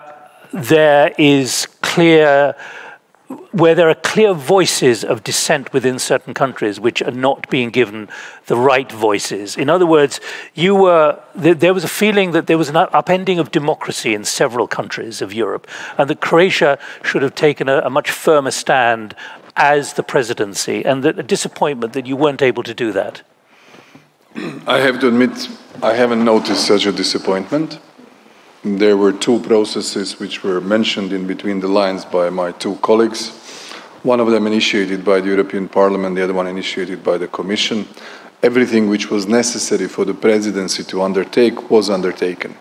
I simply didn't feel it, I didn't hear it, nobody actually gave any signal that we didn't do something which we were supposed to do. Because when it comes to unity and solidarity under the acquis, particularly concerns about Article 7, I mean, you're familiar with the kind of things which are being said, and a sense that there wasn't that unity of direction, that solidarity of direction, which Croatia could have led on as the presidency. What should we read into that about the way Europe is going to be able to handle not just the departure of the United Kingdom, gone from the European Union, but also the very, very complex epidemiological, medical, and economic issues which are now confronting the European Union? Well, 5 days after our presidency, we had a convincing victory at the parliamentary elections. And our platform was very much pro-European, sharing the European values. This is the agenda I have been personally pursuing for 3 decades, if you like. And I have never seen any signal that something was wrong in terms of our values or policies. On the contrary. What I feel is critical now that you're mentioning it, what we should do in the months which are ahead of us, based on the lessons learned from first, let's say, 8 months of COVID crisis management, is to strike the right balance between the national measures, because if you look back, we all had a national reflex. We demonstrated the importance of the role of the state. After a few weeks and months, we realized we need a common European response, even a global response together. And I think this is going to be the challenge, because we don't know the measures or the dimensions of this possible second wave of COVID-19. We see now that mortality is lower, but numbers are rising. So let's see how we shall adapt to the changing weather conditions. If it's colder and the air is going to be more, I wouldn't say as humid as it is during the summertime, then we might have a problem. And this is where we need to strike the right balance of the European activity and the national measures. This is the key challenge. Let me put this point to you, which builds on that. Given your experience of what you've been through since February, since what happened in Italy, and now you're going through it in Croatia as well. A comment from Petri Claudio Platon. We have to think and to evaluate the possibility to transfer competencies from the national level to EU level in the field of health and emergency situations in order to have a unified and appropriate response to pandemics and with competencies transferred at EU level. What's your reflection on whether there's actually a national mood to go that far? I don't think that the health ministers ever met so intensively as they did during our presidency. I think they met every 3 or 4 weeks. This was the most intensive video conferencing of all the formations of the Council. But the competences remained national at that time. Absolutely, but I think there is a clear consensus. If we have a pandemic of such a magnitude, we need to ensure the common effort for the cure, for the vaccine, for the public procurement of medical equipment, for finance and the means to finance all of this. I think there is a general mood that we should do more together. That requires, of course, the change of the treaty, but I think the general mood that we are all open to that. There is a mood of being open to that, you're thinking? Well, I think we need a common response. It's so clear. It's absolutely clear we need a common response. Prime Minister Janša, what's your reflection on how European the mood can be, to pick up what we've heard from Prime Minister Orban, to hear what we've just heard from Croatia, what we've heard from Poland as well, and Serbia? Well, actually, I think that the real challenges ahead of Europe are much different than those issues we are speaking about now. This is my put the three challenges. This is my real concern, you know, because if we look back at the spring and this pandemic time and so on, I spoke with all my colleagues across Europe, leaders from the Brussels institutions. Nobody spoke about Article 7. But speaking about Article 7, this is a part of the treaty, as Viktor said.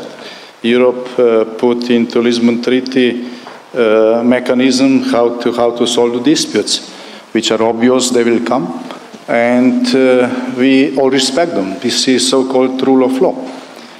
But what's very dangerous is using double standards. Nick, I'm sure you were here 6 years ago at the Bled Strategic Forum. Indeed. Yeah. This Bled Strategic Forum of 2014 was organized in Slovenia, where a few months before the event, elections were stolen. And you all pretended nothing happened at that time. So these are double standards. We had political prisoners. I'm a live example of it at that time. Nobody spoke about the rule of law in Slovenia at that time.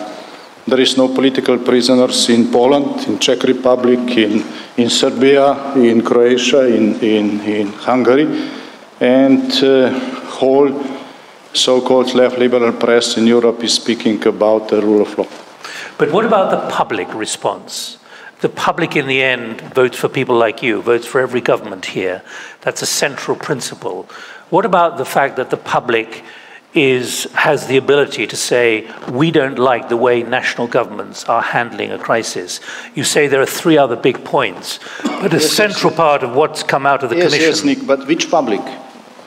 Public represented voters. By journalists? Yeah. I'm talking about public voters. Represented by voters, they have their say. They elect their governments. We are all elected. We are first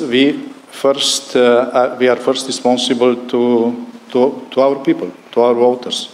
But I think we heard from your foreign minister very clearly that the public takes a view, much more specifically accountability to the public, and that in its own way reflects the view of Europe. And I'm therefore trying to get from you in advance of the Slovenian presidency, where you think there will have to be significant movement forward in order to keep the public on side. That's been at the heart of the Commission's work in the last 6 months. Nick, from the times of the ancient Greek democracy, we all know that real public, which matter, are voters.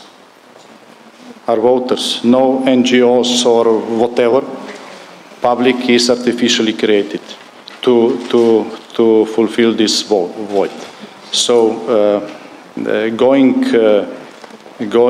far, you know, or beyond what the real democracy is I think, really dangerous.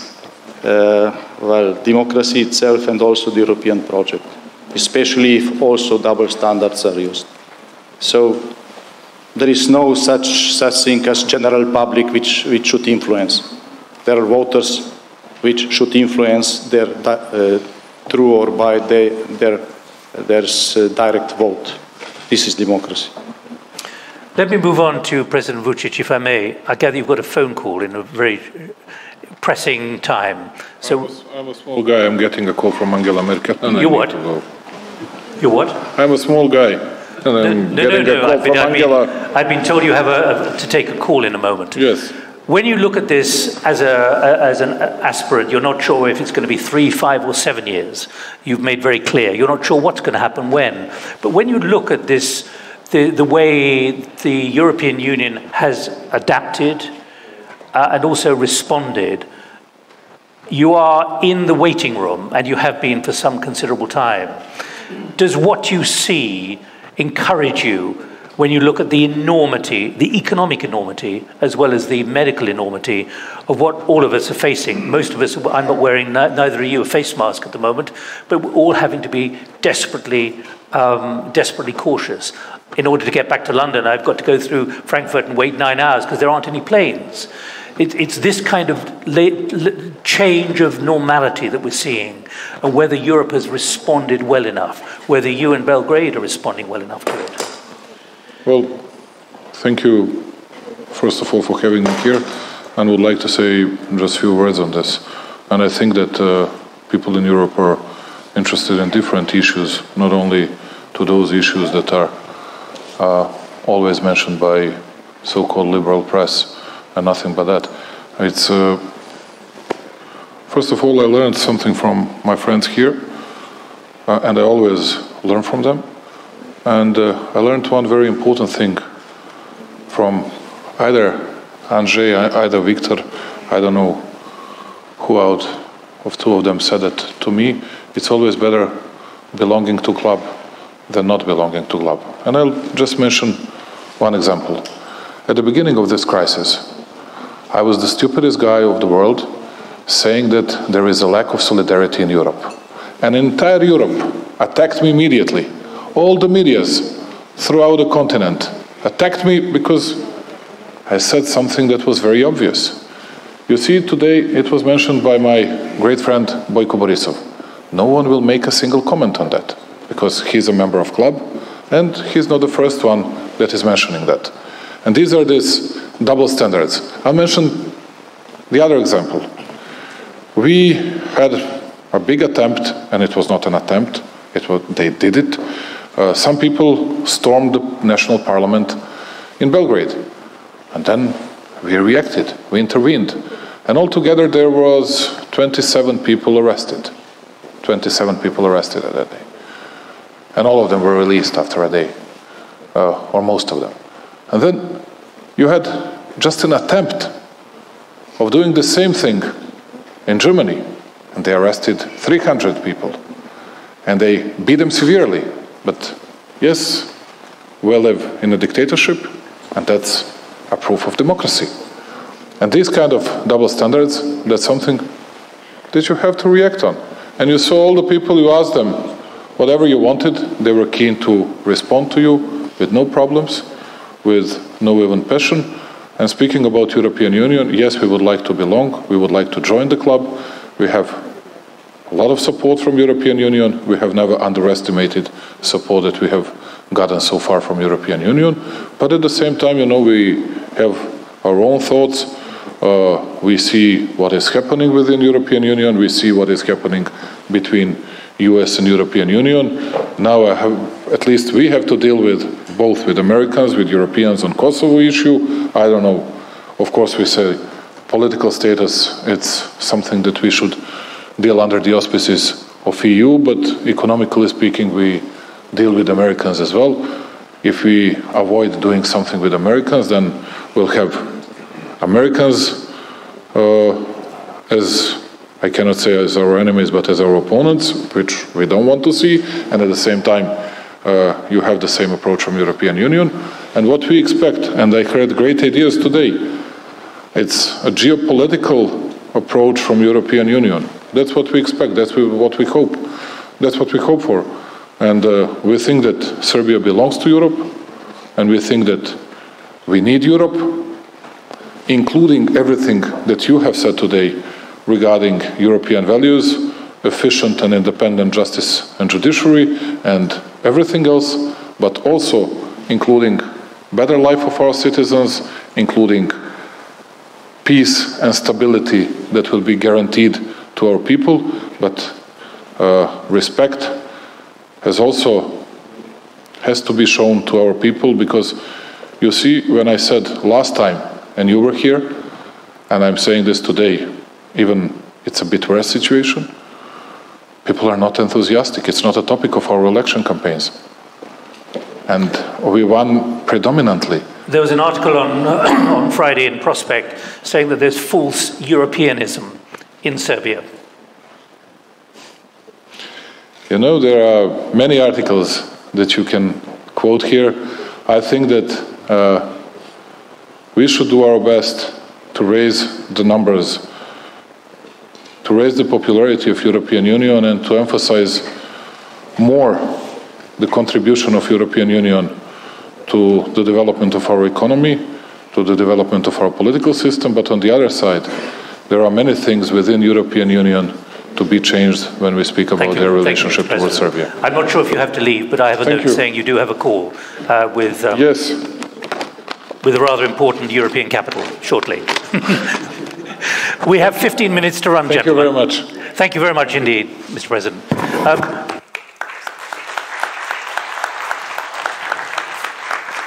We have a maximum of 15 seconds, and I'm conscious, Prime Minister Babiš, that you need to come. Can I have one more minute, please? Of course, you need to come in, and also Mr. Borisov as well. Look, so I'm telling you what where the time parameters are at the moment. You have given me 45 seconds. I'm coming to you now. And Giuseppe, he has the same voice like we have, all of us. One. Go ahead. The European Council. Giuseppe, hi. So, give me 1 minute. I came here because my colleagues told me that we are going to discuss about Europe after COVID and Brexit. That's where we are. No. I didn't came here to discuss V4 and rule of law. I don't know who you are, but I know that your questions are based on fake news for Guardian and Spiegel and the other anti-V4 newspapers. We have discussed 4 hours in Brussels. No, we have discussed 4 nights and 4 days, but about the rule of law. 4 hours, all of us here, all of us. And it was clarified. So why we are discussing rule of law?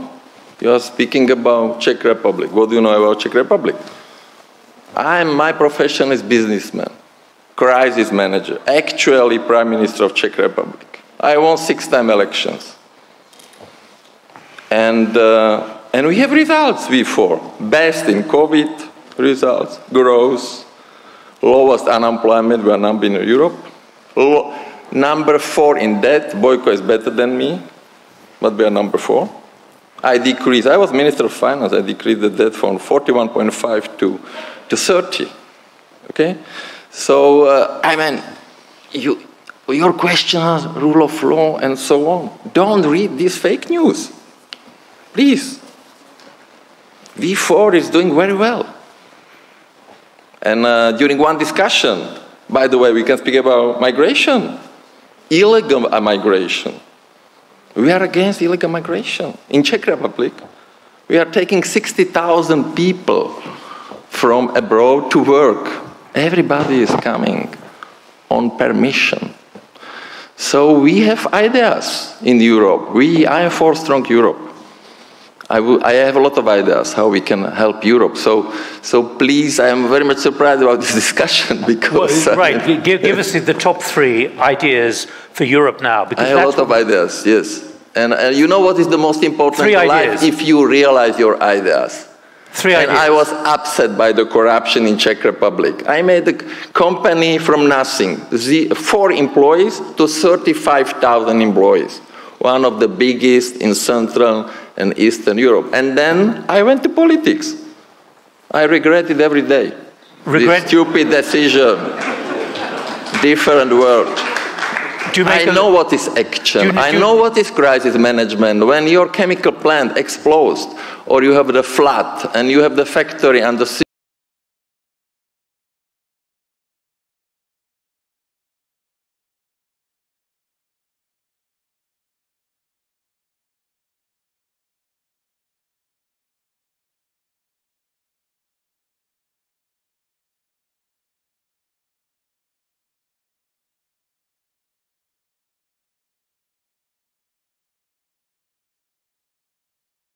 What Viktor said one night, Viktor, he said, when we enter EU, we thought that this is the future. Now, this reason is the future of Europe. A lot of people are coming to live in Czech Republic. We are one of the safest countries in the world. I'm just challenging you before I go to Mr. Borisov. I take care about Europe. I know how to save Europe. Okay, what has to be done in the next few weeks then? I told you about Schengen, about trade, internal market, action.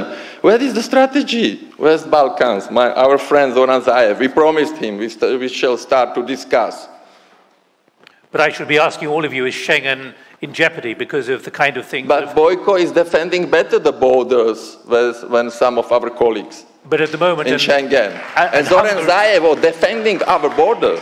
Hungary is about to impose new travel restrictions from tonight because of COVID. But therefore, I'm putting on the agenda, we haven't got time to talk about it, that Schengen is at risk at the moment because of the difficulties of travel. Look, Schengen, ask Boyko how he defends the border, or Andrei Plenković. When I have been Minister of Finance and I came by the boat to Dubrovnik, I was waiting 2 hours with my diplomatic passport to get out from the boat. And what about the other border? You know, I'm always speaking about Asterix and Obelix village. And this village should be on the sea. And that's why we have this territorial strategy of Schengen and West Balkans. If we don't make it this village on the sea, then we will have the border where? All right. And Serbia left already. Let me go to. And Schengen is about safety, defense of Europe. I am very much pro-European. Thank you, Mr. Borisov. Let me come to you for your final comments, because we've got less than 10 minutes, and I'm going to go to Mr. Conte briefly as well. When you look at what you've heard here, and I have to say there's been a lot of negative traffic saying that from your country about your own position, but we can leave that. High traffic attacking you, according to the notes that I've received here. But where do you see the future? The future of Europe is not about 10 or 20 years. This is about 10 or 20 weeks, 10 or 20 months, because of the urgency of so much, as we've heard from Madame Georgieva at the IMF.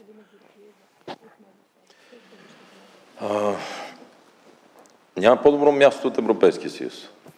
There's no better place than the European Union. Европейската комисия свърши много работа. The European Commission did a lot of things. Но сме септември. Идват зимните грипове. But it's September almost. We are going to have the flu. Има миграционна вълна, която също разнася COVID.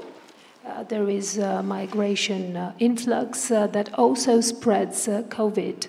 Има чудовищен спад на брутен вътрешен продукт в цял свят. There's a dramatic drop in GDP all over. Предлагам да създадем спешно медицински щит. I suggest we urgently set up a medical shield. При червен код всички държави членки действат по един начин. При жълт код, при зелен код. So when the code is red, all EU member states should act in a uniform way. Освен хилядите човешки животи, които загубихме, we lost thousands парите, които загубихме, lives, also money, работните места, които загубихме, jobs. Ние загубихме най-важната битка. за психическото здраве на хората. But more than that, we lost the most important fight, and that is the fight over the mental health of our people. Всеки човек сутрин се събужда с мисълта дали има сигурност. Everybody wakes up in the morning thinking about they feel secure. Ние какво им казваме всеки ден? Идва втора вълна, която ще е по-лоша от първата. And every day we are telling people that a second wave of COVID is coming on and it's going to be worse than the first one. Протести и бунтове в цяла Европа. Защо? Защото не знаят има или няма. Ние още спориме. Има или няма COVID-19. There are demonstrations all over Europe because people don't know whether there is COVID or not. We are still arguing about this. Не може ли единният медицински протокол да каже от 1 септември всички училища, детски градини, спортни прояви в Европейския съюз на държавите членки се разрешават, забраняват или провеждат по какъв си начин? I think we should have a uniform medical protocol which would say, let's say, from the 1st of September, all schools in Europe, sports events will be open or not. Всяка държава членка е длъжна да осигури зелен коридор и трафик за тировете за транспорта. Every member state should provide a green lane for the trucks, for transportation. И така нататък, и така нататък. And so on and so forth. Държавите членки трябва да имат 100 милиона облекла, ваксини, лекарства, глобално да го направим.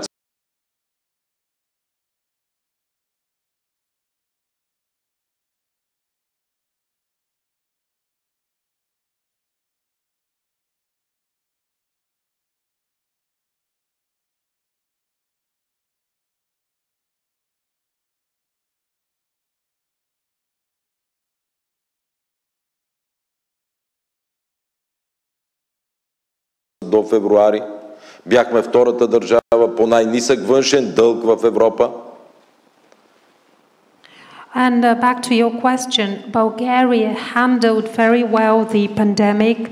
We entered ERM, the waiting room. Also, we had, until February this year, we had the highest growth of GDP in the European Union. We had the lowest foreign debt. Строят се всички инфраструктурни проекти, включително терминалите за втечнен газ от Гърция към България. All the infrastructure projects are being developed and at full speed, including the LNG terminals with Greece. А сме на най-трудното место между Турция, Крим, Черно море. And we are actually, at the same time, we are located in a very difficult spot between Crimea, Turkey, and the Black Sea. Could I pause you at that point? We've got 5 minutes left. I'd like to, for all of you, and including Mr. Conte, who I can see still there, I'd like you to define in 30 seconds your vision, because we need to look optimistically, despite everything that we're going through at the moment. Could I ask you to define your vision for Europe in 30 seconds? I'm coming directly to you, Mr. Conte, and can you keep the time short, please? Thank you. Thank you. In my perspective, EU is a success story and not an elitist utopia distant from citizens. That's why it will be very important. The conference of the future of Europe. This conference should be focused on policies to meet the citizens' needs and reinforce and enforce the role of the EU as a provider of solutions. It will be very important in order to achieve this goal, also accelerate the process of a green and digital transition for all the Europe. Thank you. Thank you very much. Thank you. Mr. Morawiecki, I think you're flying to Gdansk tonight to celebrate.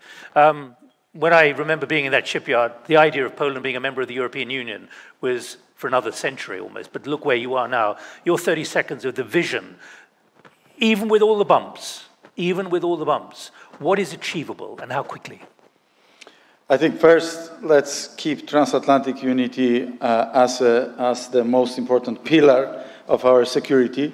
And this is not obvious with Brexit, and we have to keep the transatlantic unity and do whatever is possible to have it united. This is a very important pillar. Second, let's have Central European locomotive and engine grow and flourish, because this can be the next locomotive of growth for the whole of the European Union. We are doing fine, as you heard. We are doing okay. Let us do our job.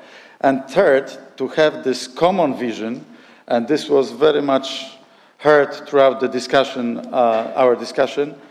Let's be truly let's truly understand each other, because there are differences, and uravnilovka, as we said about this in the communist world, which is equalizing everything under one measure, does not work. One size does not fit all. Thank you, Prime Minister. I've had a comment here from Rade Racikovsky. Does the COVID-19 crisis have the capacity to increase European solidarity with greater vision and union? Mr. Orban, your 30 seconds. What is the vision which is achievable and is necessary? May I have one comment on solidarity?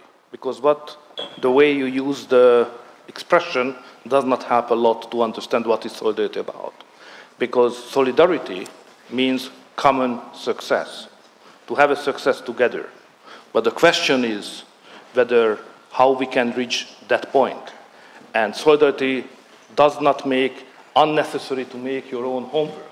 So you cannot be successful together if you are not successful one by one on your own. So the first precondition of any solidarity to be successful in your economy, in your country, and then you can cooperate with others and you can be successful together as well. So solidarity is not an expression which could be confronted with national actions, success, and national economy and political successes. So another remark on Poland, that story. But your vision for Europe. Yeah, but to understand why you were not able to find a common ground and voice with us during this conversation, it goes back to Poland in '81. Because, the guys who are sitting here, we are all freedom fighters.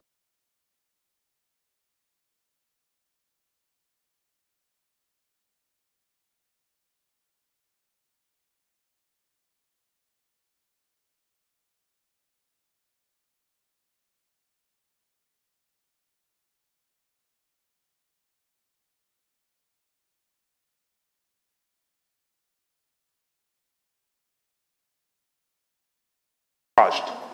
Then 68 in Czechoslovakia, crushed. And the only nation and event was when, after an uprising, the Soviet Union and the communist regime was not able to crush the resistance, was in Poland. And that generated the help and hope for us, even in Hungary, that if there is a country, and there is one anti-communist, anti-Soviet movement, which cannot be crushed anymore, that's the sign of the hope for the future. So that's the reason why we are so freedom fighters, so so grateful to Polish people why they raised the flag at that time on Europe. Three points. First, common military defense capacity. Second, enlargement and complete the architecture of security by Serbia. And third, competitive economy with the Central European economic locomotive. These are the three strategic points for future of Europe. Thank you very much, Mr. Orban. I should just correct you on one thing. Sorry. Maybe I'm not a freedom fighter, but I've spent a large number of evenings or days with secret police across many of your countries, and I met you in the 1980s in Budapest. Indeed, that's why I'm sitting on the edge. Mr. Plenković, your 30 seconds for a vision, please, for Europe. Well, I think that this conversation of today shows that the process of cultural acclimatization to the enlarged Europe, which is a different Europe than the Western capitals and Western leaders knew before 2004 and after 2004, is a process. and I can feel it last 4 years that I've been attending the European Council. I think it will take us some time to see the rising self-confidence of the newcomers. This is the key message, and that the people in the West realize it. But I think, despite all of that, we've learned a number of things in this year of crisis. One, we need a strong common European response to the European and even a global problem. And I think that we've managed that. Now we need to fine-tune it to the needs of every single member state, whether it's health or whether it's the economic recovery. The second issue is the global context, which is extremely complex. We are facing the presidential elections in the United States. We are still in the process of Brexit follow-up. We see the changes in our neighborhood. Mateusz mentioned the situation in Belarus. Every single country in the Eastern Partnership does have one sort of half-active or frozen or low-intensity conflict. So Europe needs to provide solutions and be the leader on a number of issues: security, economy, competitiveness, and at the same time strengthen its internal cohesion.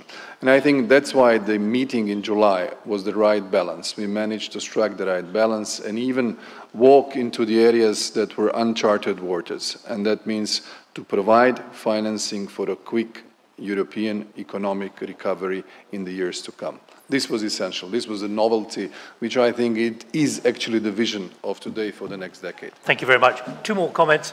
Mr. Babiš, your vision, and then finally, Prime Minister Janša. I have to agree with Mateusz and Viktor and Andrej. So we need a clear strategy. We need to act quickly. First, we need to solve Brexit. Then, of course, we need to solve relations with Russia and Turkey. We need to solve the trade deficit with China, trade agreement with the United States, internal market. So there are a lot of goals, and we have to share the competencies because when we speak about transatlantic, then Poland is the closest ally of United States, and they have a potential together with V4 maybe to help to conclude the trade agreement after the US elections. Right, we're way over time, literally 30 seconds.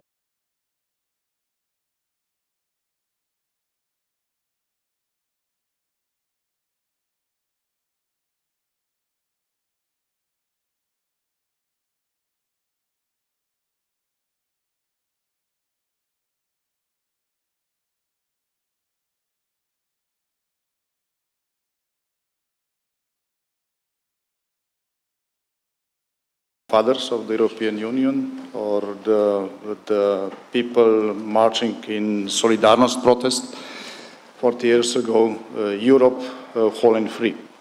On middle term, my colleagues counted all things we have to do, from Schengen to European army security. On short term, winter is coming, and our main concern, all of us, is how to keep our people safe, our economy working and alive, our trade alive, and how to prepare best for possible next epidemic or pandemic. And this is one of our priorities during our presidency next year. Who knows where we'll be in July next year? Yeah. Prime Minister, given what has happened in the last 6 months. Can I thank you all very much indeed, and grazie tanto as well to Prime Minister Conte. Thank you very much indeed for joining us and staying with us throughout the whole process. So thank you very much indeed. And let me turn my back on the guests and say thank you very much to you as well. There is one comment here.